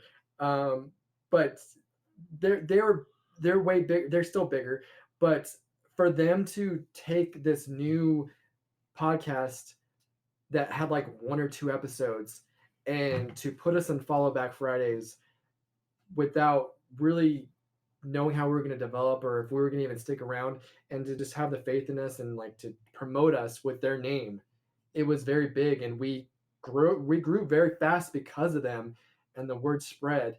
So I can't think of everybody on the spot, but anybody that's listening that has put us in a Follow Back Friday, you were a huge reason for our success and why we gained so many followers. It really spread the word, and now we're like past 700 followers. Again, it's only been 6 months, working on month number 7. It's something I didn't think was going to happen. Yeah. So this is just crazy, and we didn't get here alone. We had a lot of help on the way. So it's very important to thank those that have paved the ways, put the stepping stones in place, the people that have been there before, that have been grinding and been putting the work in. And then we come in and it's like, okay, we're going to help you out because we know how it is. And like you said, the community has been so great. And so I've not met one other podcasting, what's the word? Group? Yeah, that has been rude, that has been mean, that has been anything like that. It's just such a great community. You know, you don't going in because a lot of things can be toxic. You know, there's a lot of things like game communities and stuff that are toxic. But I do have to say that the TTRPG community, especially on Twitter, just full of a bunch of amazing people that don't make any money off of this. They actually are losing money by paying to have it to where they can be posting their stuff, the microphone, the recording equipment, all that stuff. You don't realize that a lot of people they're going negative on this. The only reason we do this is to bring entertainment and enjoyment to you guys. So I've said this multiple times on Twitter. If you're listening to this, please let the podcast that you listen to know how appreciative you are to them, because you have no idea how much it means when you're making content and people are actually invested in it, actually enjoy it. It's worth more than any money in the world for me when I get a message saying, I love your show. I look forward to it every Friday. It gets me through a bad day. I listen to it when I'm depressed. That kind of stuff, it's priceless. And as a creator, there's no better feeling than getting that feedback from people that actually enjoy what you're putting out. And it's great. Sorry, we kind of went way off topic with that. These two questions are very similar, so I kind of mixed them into one. So if you were to do a different thematic D&D podcast, this is for me. Would you ever consider running a couple bonus episodes of another animatic inspired anime kind of game? There is one that I would be interested in doing. But I'm right now I'm very focused on Pokemon. I know a lot of people are probably thinking Digimon. But it actually, if I could do a campaign from the start, I would do a Persona-based campaign, which would be challenging because there'd be a lot of factors I would have to implement with the D&D and all that stuff and story-wise. But I love Persona 5, and I would love to make a game based off Persona. I think it'd be really interesting. And there is a Pokemon kind of concept with catching, like you don't catch, but like you get monsters and like they fight as your personas. So if you are interested, anybody that's listening to that have a Persona game, let me know. If there's enough demand for it, I would consider maybe doing one shots or see just what happens. Maybe we do one game and then see what happens. And if it sparks someone else's desire to make it themselves, that's because I haven't seen any Persona. Oh no, oh. I've never really looked, but I've not, out of all the podcasts I've seen, I've not seen a Persona based podcast. There, I'm sure they probably do exist, but none that I've never seen. Do you watch Pokemon? And who's your favorite? Oh, do you watch PokeTubers and who's your favorite? Does anybody watch PokeTubers here other than me? Nope, probably not. Tabitha? I watch the Nuzlocke that Adam does, but that's about it. I'm gonna use this opportunity to shout out two guys that have been totally amazing to the show. They're PokeTubers, and they're the only people that I really watch PokeTuber wise. I'm not really big into watching streams and stuff, but when I see that they're streaming and stuff, I will. They're great guys. One is Trippy Trainer. He's actually, he was based off a character in season 2, and the other is 2-Bit Crow, and I'm hoping to get him as a cameo. Both of them actually, a little cameo appearances in season 3. But they make great Pokemon content, very entertaining, and they deserve way more numbers, way more subscribers. So if you are into PokeTubers, I highly recommend. They stream very often, especially 2-Bit Crow. He's streaming. He has a streaming schedule. He streams a little bit on Twitch. He does streaming on YouTube as well. But yeah, very great guys. They've also been huge supporters since the very start. So yeah, I appreciate them. Any cast changes or cameos for season 3? No cast changes. Luckily, Don scared me when he was kind of asking. Did you cut that out, by the way? I did, Okay. because I didn't want to scare people. But I understood now. I understand now why you said this. So this is what scared me at the end of season 2. Unintentionally. Unintentionally, when we were wrapping up and we're about to leave the cave or the mountain, Don was asking Tabitha, "This is your chance if you want out, you know." And it's like I was scared because like I just lost 2 players the previous game. But I understand why he was asking, is because with the problems that ended up happening with losing the other 2, he was making sure she was happy and she wanted to be on, so we didn't have that same situation. So me at the time did not rationalize, because we were recording for so long. So I was like just terrified. Like, has she been saying something to Dawn about how No. she wants out? She's not enjoying it. So no, luckily no cast change.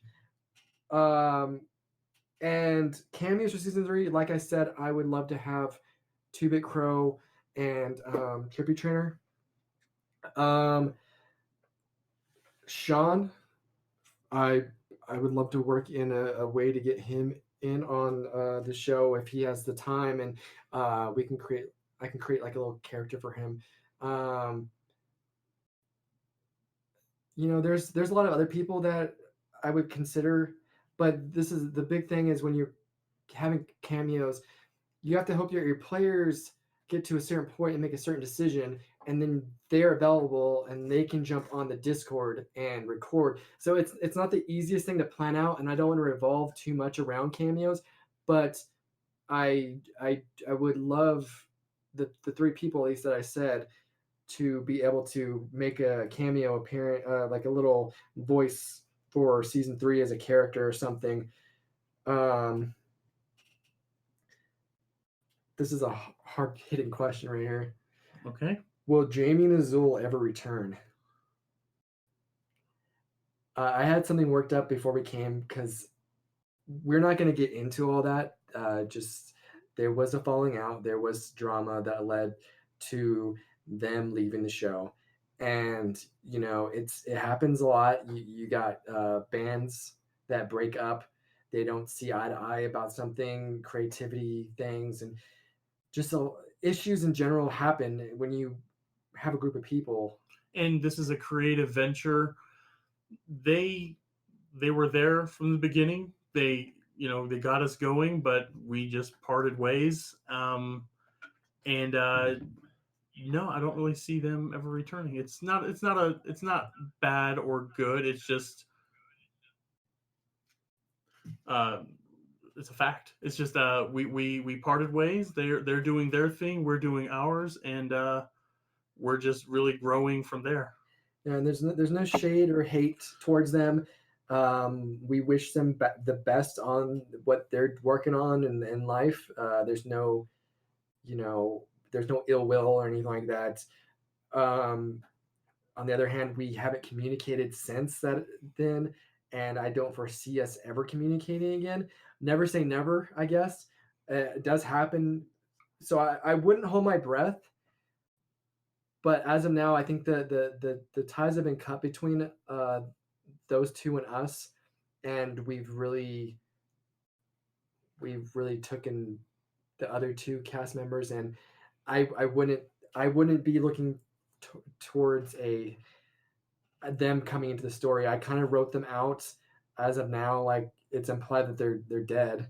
So I really don't want to go back to them, and there's just a lot of reasonings why, and I'm not going to get into that because we don't need to spill dirty laundry. We have a couple more questions. We're almost done. So we got some good questions here. How hard was it keeping things a secret when people were shooting theories your way? I think this was more for me. I don't know if anybody was anybody shooting theories your way. Sean of the Eternal Podcast, we are in constant contact.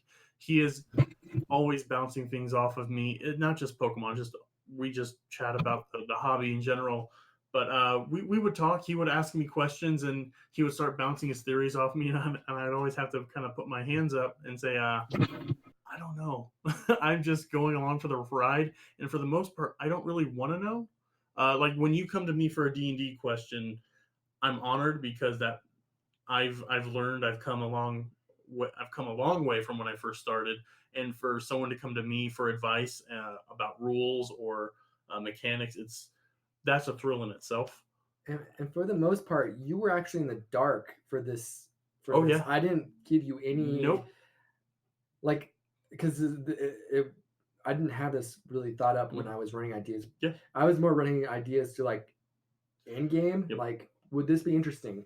But yeah, Don didn't have any clue where I was taking things. I had very little clue where I was taking things. It all worked out, I think, at the end very well. But yeah. And to read your question, all the theories. When I see people in the Discord going over theories, I kind of have to check out, because if I read a theory and I start thinking about it, I don't want to go into it with someone else's headcanon. I'm very good about separating what Don knows and what Corey knows, and I just don't want anything rattling around in my brain that isn't that. Because then you're gonna start thinking Yeah, on that, yeah, like, oh, maybe this is it, or Yeah. maybe, yeah, I get what you mean. Tabitha, do you have anybody asking you for information or anything like that about the season 2?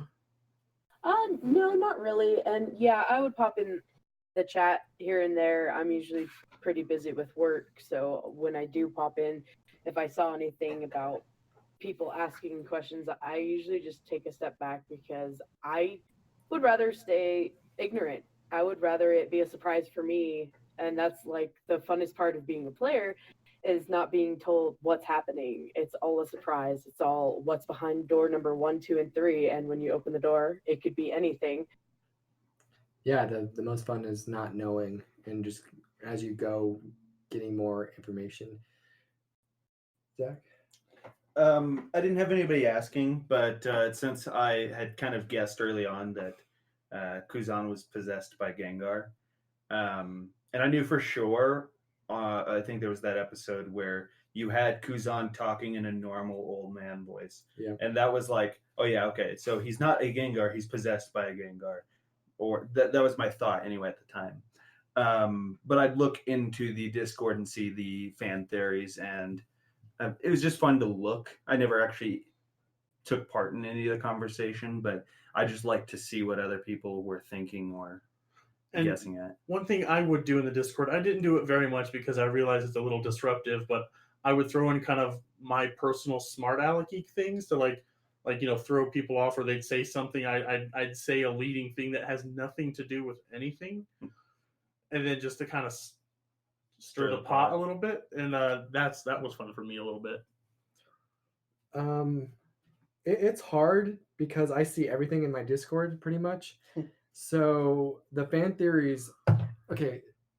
So being such an anime fanboy, I'm part of a lot of different anime communities like Dragon Ball Z and stuff like that, and I'm always a part of the speculation, the fan theories, and to have fan theories from people I've never met before in my life, speculating on something that I've written and that I've created, it's surreal. Yeah. And there's no feeling. I get goosebumps just talking about it. Like, it's a surreal moment when you have people making fan theories. My biggest fear was reading these fan theories. They were coming up with some very elaborate fan theories, and I'm like, they're wrong, but I'm afraid that they're going to be disappointed because of how simple it is. But with a lot of animes, it's people make things more complex than what it actually is going to be, and a lot of times it is simple. Like Goku Black, for example, people were thinking, "Oh, it's Goten from the future," and this, and this, but the whole time it was very simple, and it was actually like you knew it was Zamasu. Like, it was very simple, but a lot of people were still speculating all this stuff. So sometimes simplicity is the best thing, especially when everybody else is just thinking of all these crazy theories. And a lot of them were really cool. And I think in a different situation, they could have been really great to a game. But like I said, I wasn't going to change anything up because I always had Gengar. You saw the promotional art that I put out before the season even came out. It was Gengar the whole time. And I wasn't going to change that. And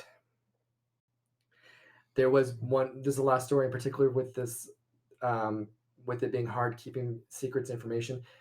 There was a discussion going on between Sean and Alex about Burnt Orange at the time and what fire Pokemon was in him. And it was Magmortar or something like that was like the heavy favorite from people. And then Alex was saying something like either that or Magmar, but that's stupid or lame, right? It can't be Magmar.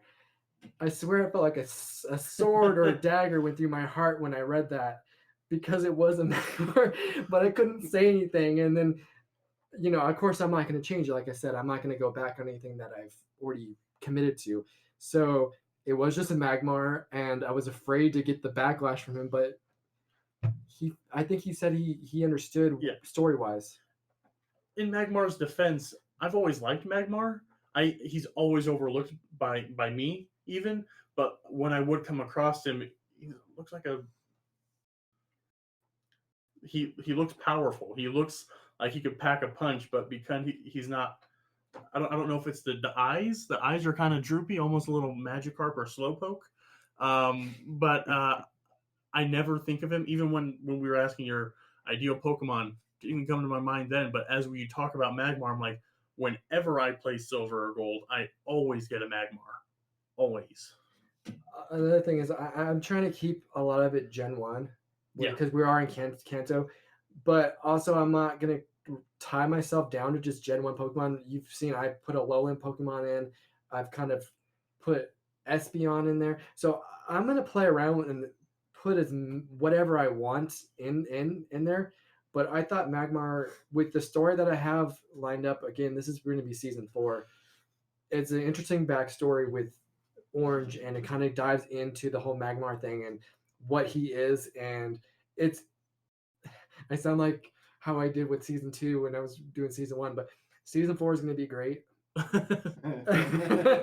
Season 3 is going to be awesome too. I still have to kind of write it up. I have a blueprint of how I want it to go, but I do need to put pen to paper and really come up with it. And it's going to be really nice having this little break, because I can kind of recharge, because having to crank out an episode every week, it's taxing, and it kind of, fries the creativity in the brain. Johnny's like, season 23, epic. Dude, season 23. Next question. What was the hardest part of season 2 for each person, not including the 5 times recorded episode? So just very fast before you guys answer, if you don't already know, episode 19 was recorded, was it 5 or 6 times? 5. We had to record it 5 times. Just shortly, because we're kind of on a time crunch. So first time recorded it, we were recording till 5 a.m. in the morning, because we did 18 prior, and that was a long episode because we were finishing the Dolly Burnt Orange fights with Trippy Trainer and Alex. So we needed to also crank out the Jackson Corey fight with Robin and Alicia. So we were here till 5 o'clock in the morning. Zach was asleep in the other room. Yeah, Zach was passed out. Zach's wife was messaging, "Where the F is he?" and messaging my phone. Yeah. And so we thought we pulled out of there like, okay, we're okay. I edited episode 18. It was fine.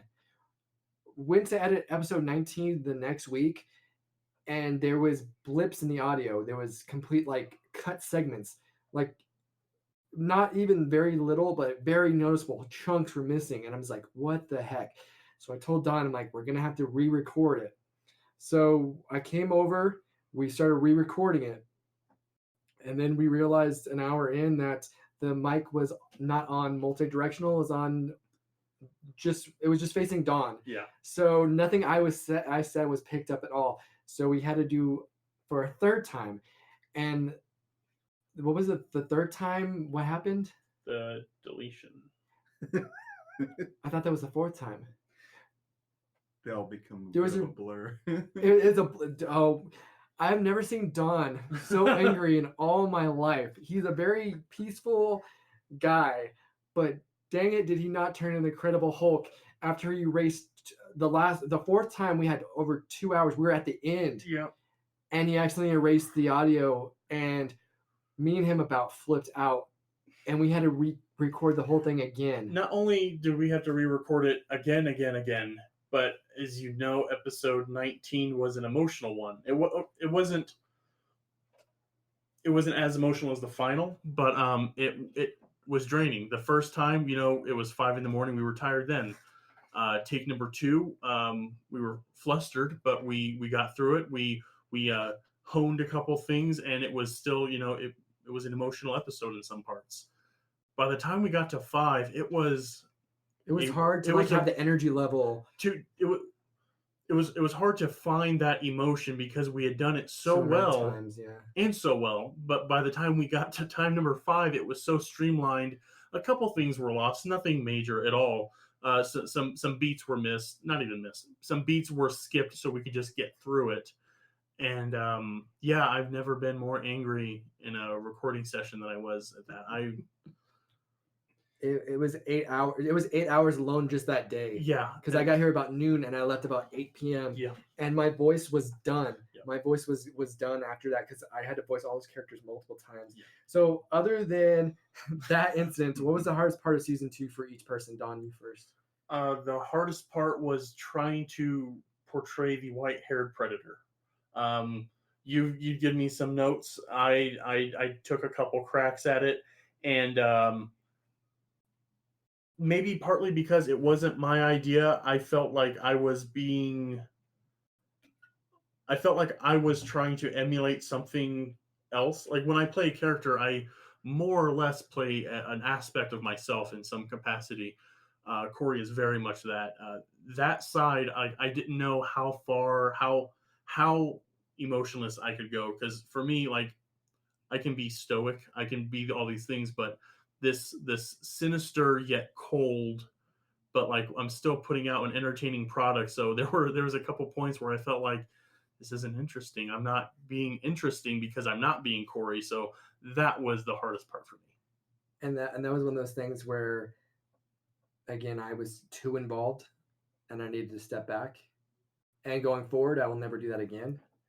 It was a learning experience. It's a learning. A lot of this is just, I like it in the name, Pokemon Seichao. Seichao means growth. A lot of this is just growth of us as we grow. And I think from season 1 to season 2, there was a huge leap in growth. And I'm learning things as a GM. And for some reason in season 2, I felt like I had to like control everything. And I realized that my players were unhappy. I was getting feedback from Sean saying like, it was very, you can tell it's coming off that way. And that's the last thing I wanted. So after that conversation with him, kind of just took a step back, and I was looking at it from your guys' eyes, and I realized this isn't right. It's your characters, and even though it's a product that we're putting out for entertainment purposes, you guys need to have fun too, because it's really going to come through if you guys are having fun. If you're not having fun, it's going to be miserable for the audience as well. So it's one of those things I learned from it. And towards the end, I don't know if you can tell, I was a lot more lenient, and I was letting the players make more choices, and I was letting them kind of do their own things. And it wasn't like, okay, you have to do this, this, and this. I don't want to be like that anymore. I really think it improved once I took my hands off the wheel and let them control the car. Tabitha, what was the hardest part about season 2? Probably just starting in general. I've never done any type of podcast or recording, so trying to get in character and be a vocal artist, it was all new to me. I didn't know what the heck I was doing. I was really apprehensive about doing it in the first place because I had no previous experience, but my motto is I'll try anything once. So I really did enjoy creating Dolly as a character. I really liked picking a couple of my own starters and kind of deciding what I wanted Pokemon wise maybe in the future. It was really just fun trying to envelop that, but getting started was the scariest thing that I ever had to do. And throughout the first couple episodes, I would always think to myself at the end, like, oh man, I really wish I had more of a dialogue because I never knew what to say. And that's, I just didn't, I don't write my own scripts or anything like that. So it was just really hard for me to pick what I wanted to say. And in the moment, I kind of just drew blanks. But throughout the series, I did feel a lot more comfortable after the Holy Nights. I figured out more dialogue. I would make my own little notes to tell myself, hey, maybe while you're fighting Alex, you can make really quirky, dumb, angry jokes at him or something. So I got more comfortable with it and I started to have more fun with it. And I really enjoyed becoming Dolly finally.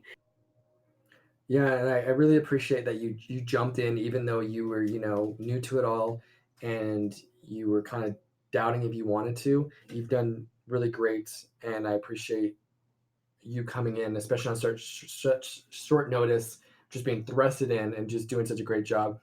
And to add on Yay! to what she was saying about like coming up with things to say, she impressed me with she kind of would anticipate certain things I would do, and she would have something written up for that occasion.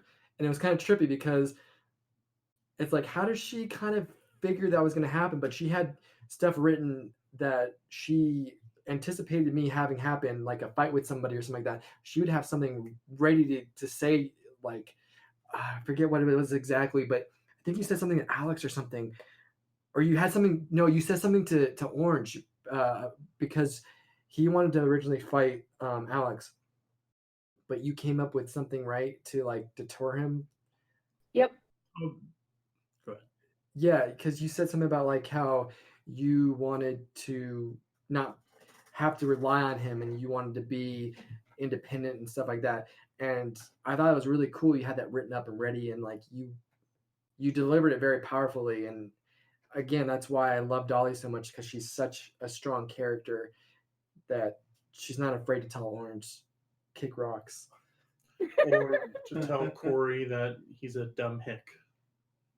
Peloton. Zach, what was the hardest part about season 2 for you? Hardest part about season 2, not necessarily beginning, because beginning was difficult, obviously, because I was still learning a character that I was trying to portray. I was trying to figure out how I wanted to portray Orange. But the hardest part for me was Seven Deadly Sins Lust. That part when Burnt Orange was created, because not only am I'm still learning this character that I'm trying to portray, but now I have to play this character abnormally, and it was just a really weird thing for me, like, because I didn't know what was normal for Orange yet, and so for me to play him out of character was just very difficult for me. I had a hard time with that one. It's good insight. And you did a great job with it, and the ability to pitch change the voice really, I think, made it easier for you a little bit. So in the long run, it kind of all worked out. Hardest part for me, season 2, was just coming up with ideas every week and just trying to make things better. Like I said, a lot of the ideas that end up being finalized were not conceived at the beginning. I'll have to show you guys the notes in my phone of what I had written and what actually happened. Mm-hmm. Completely different, night and day. Same basic same basic idea, Sure. just a lot of different stuff added in. Like Rory and Largo, they weren't originally. I put them in just because I needed 2 more sins. Yep. So I kind of put them in like, and Largo ended up stealing the show. Yep. So many people love Largo, and it was like I didn't put any time or effort into him. It's usually those characters you don't put any time or effort into become fan favorites. So And we reference Largo all the time outside of that. oh yeah, Largo is a Just meme. constantly. Largo is a meme between us. Next question to everyone in the cast.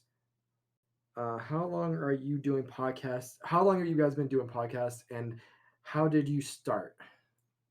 Okay. I'll let you answer this one because we are It's- kind of intertwined yeah. with this, me and you. Yep. I've not always, for easily 12 years, I've listened to podcasts. Mostly started out as comedy podcasts. I was on a short-lived one that I'm not going to name because I don't want you to find it. It's bad. I don't have great taste in music, so podcasts are kind of like personalities I'll get attached to, and then I listen to that. We were doing Kevin and McKaylee, the previous cast members who played Jamie and Azul, brought me in on their gaming group to play Starfinder, the sci-fi game, and I wanted to do a show immediately because immediately that show was so good about character interaction, and I didn't want to force my nerdery onto anyone else. So when they came to me like, hey, would you ever consider doing it like this? Because I guess like many TTRPG fans, they were Critical Role fans. And so when they came to me like, hey, we want to do this, I pounced. I bought the equipment. I bought the domain. I bought the name. I created the name. I created the website. About a year, a little over a year now. And I have since started 4, 5, or 7 different podcasts, and it's a great way to express myself in a way that I normally don't ever get to. It's gotten me so many friends. All of the people that Johnny has mentioned in our Discord, the people that I've brought in from social media that I've been able to wrangle into our fandom. It's just such a rewarding community that I do a lot. I'll be the first to admit I do a lot, but it's also done wonders for my time management skills. So that's me. And then for me, I got brought into the Starfinder campaign at the end of its life cycle before it came to an end. But I also, we were making another podcast that never saw the light of day that we recorded quite a bit for. Yeah. So that was my first podcasting start, was recording that with them. Unfortunately, it's never going to see the light of day.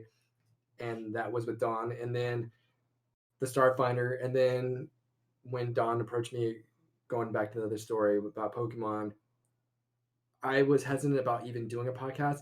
I think we said, like, let's record one session and see how it goes. And yes. if it's horrible, then we'll just stop. Yep. We'll just stop recording. We'll still play. We'll but still yeah, play, but we weren't going to make it a podcast because there's a lot of nerves, and then adding recording and putting it out for the world to kind of critique and there's a lot of critics. Yeah. And my little heart couldn't take it if a bunch of people were like, dude, you suck. This is terrible. And I didn't know how great the community was at the time. So, nothing but love and support from everybody. And it's just really, I think it's really, I was like a little egg, and love and support from all these other creators and people, and just people that listen kind of help me hatch. Yep, you're my little Togepi. I'm a little Togepi, and I'm just living that Togepi life right now. I'm very happy with how everything's happened, and that's how I got into podcasting, was thanks to Dawn, actually. You just got brought into it because of me, right, Zach? Well, I got another story. Oh, Tabitha, do you have another story, or was it just like because I pulled you in? I was dragged in. Yeah. Against her will. There was a some gun rocks involved. with me. Yeah, she was scratching and clawing. We have to strap her to a chair and force her to record as Dolly. Little known facts Behind the scenes. behind the scenes. Mild tranquilizers just to keep her from. She gets bread and water afterwards. It's totally fine. Anyway, Yeah. So This is my first like TTRPG podcast, but my first actual podcast. I was actually a senior in high school, and at the time I was like very, very big into music. I had been playing guitar for 4 years and singing for my friends, and Very talented, by the way. I'm okay, but he's pretty good. but I've kind of fallen off since. I haven't. I picked up my guitar here and there occasionally, but not as much as I used to. But in high school, we did a podcast out of our actual music class, and I wasn't like the one who ran the podcast, but I was in a couple of them just playing pieces. It wasn't a very. I don't know if the podcast went on after that. It was just kind of like a one-time thing for me. But that was my first experience with podcasts at all. Other than that, I've done some YouTube. I have quite a few videos on YouTube, mainly Fortnite, but that's kind of, I guess, along the same lines of like, putting out a recording, for people to watch. And this is my first like TTRPG podcast that's gone more than just one episode. And now you have your own Ashley Yeah. Elemency. And then we are also in the Starfinder one as well. Mhm. This one's already been answered. How do you add new people to the cast, and where do you find them? We already answered that. Zach is a friend of mine. We played D&D in the past, and I knew that he was the best available person that I knew that could do it, and it turned out to be a great choice. And then, like we said earlier, Tabitha actually told Dawn she was interested in actually doing it, which was pretty huge because I know she had never done anything like that before, and I knew it couldn't have been easy just to jump straight in, but she did great, and we're at a great place right now. I guess this question's for Johnny. What software do you use for editing episodes? A lot of people are probably going to cringe at this because there's a lot of bad stigma around it. Audacity. I use Audacity because I never edited anything before I started editing Seichao. Don was using Audacity at the time. I don't know if he changed recently.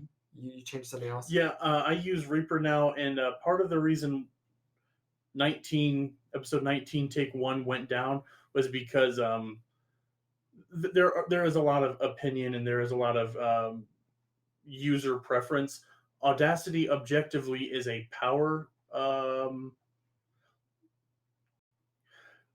Audacity is like an Electabuzz, and it just saps my 9-year-old computer's power. It couldn't keep up with our recording, so that was why we lost that first episode 19, and that's why after take 3 or 4, I approached Sean. I approached Sean, and he got me onto Reaper, and it does a couple extra things. It's actually it's changed how I can record, and it feels better, and I'm not going back. Sean's gonna have to post this onto Twitter or something after this comes out, because the Togepi comment I made. He's actually listening. He's the backup just in case this episode something happens. He's recording as well. He just put in the Discord a picture of a Togepi with my face on it. Episode art. Living that Togepi life. So yeah, I taught Johnny how to edit using Audacity. It's a fine program, and it's very simple. Very simple. And I got so familiar with it that I'm very confident in using it. Mhm. Now, I've seen Reaper and it looks very daunting. There's a lot of more stuff going on.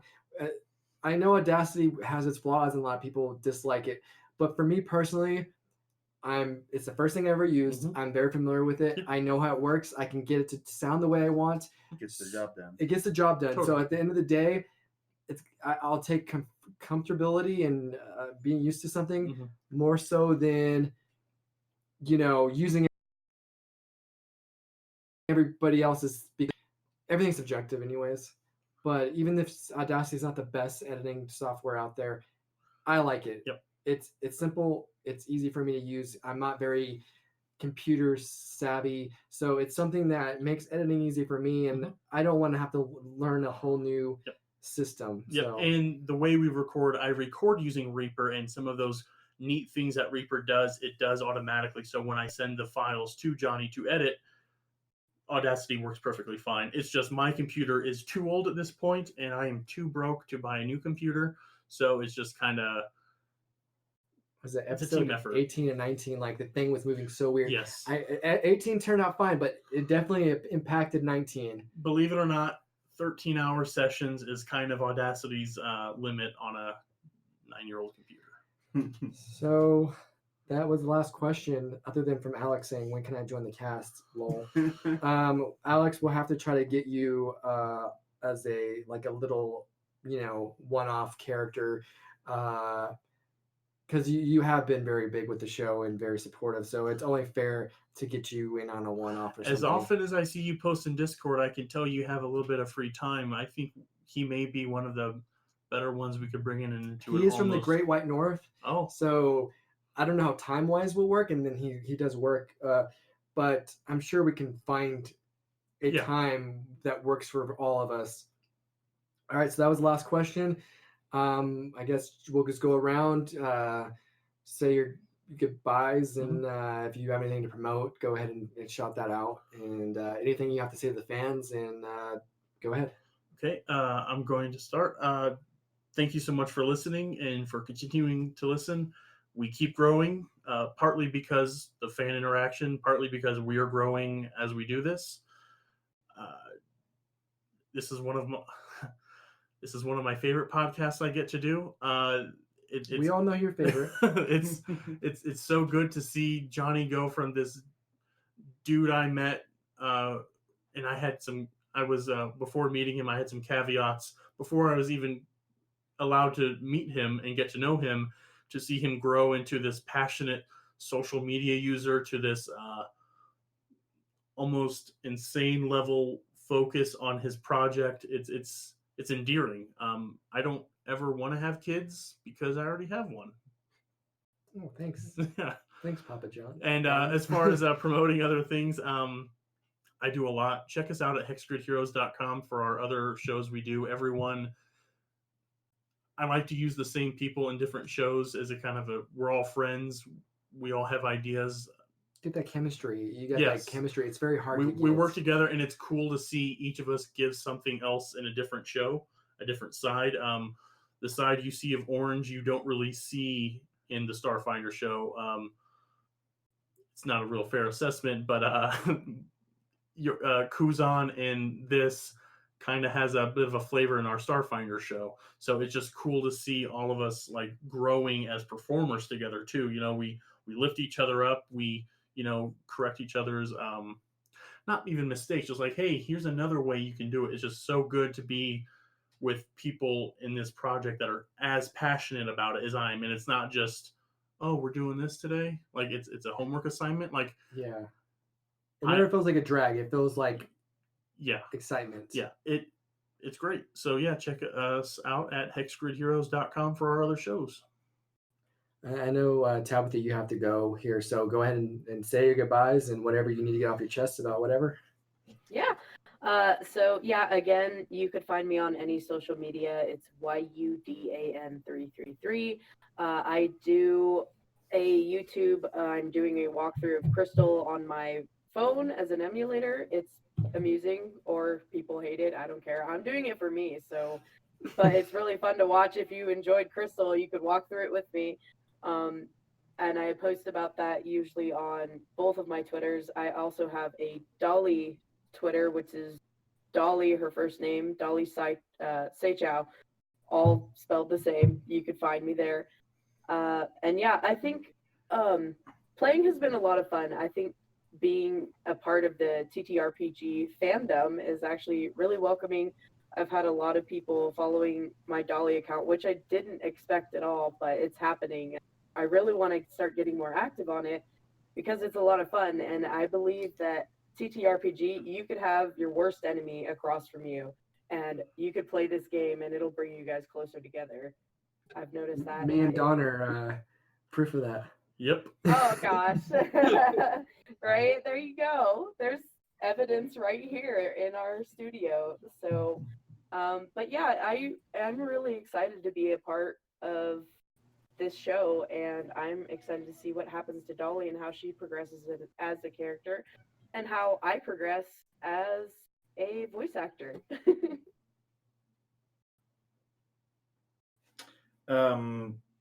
Thanks again for listening. Again, if you guys don't listen to the other podcasts at hexgridheroes.com, GM Ashes and Alamancy. Again, it's based off of Brandon Sanderson's Mistborn series. Other than that, sorry, I started to hear myself again. I just can't talk when I hear my own voice. Other than that, I do run a YouTube channel. I haven't really put anything on there in quite a while, but I might again in the future. So if you're interested in video games, that's something I do. But I really appreciate, all the feedback. I'm having a lot of fun with this particular podcast. Like playing Orange it's a new thing for me, and I've had a lot of fun with it, and I'm excited to see where it goes. And you're not just playing one character; you're playing two different characters, pretty much. Pretty much, yeah. Because there is a switch between Orange and Burnt Orange, so that's a challenge you have to work with. Yeah, just like decisions and drives. It's basically two characters you're kind of like switching between. That's using the example of having to go after Kuzan again. That was me making a decision on behalf of Burnt Orange as opposed to regular Orange, because regular Orange probably would have rushed back to see if his friends were okay. Mm-hmm. Whereas Burnt Orange was like, hey, maybe I can end this now. More driven by also anger against Kuzan and just going straight in. Tabitha, I know you had to leave by 9:30. You can go ahead and take off. We're totally good now. She leave? Looks like it. Oh, she didn't say goodbye.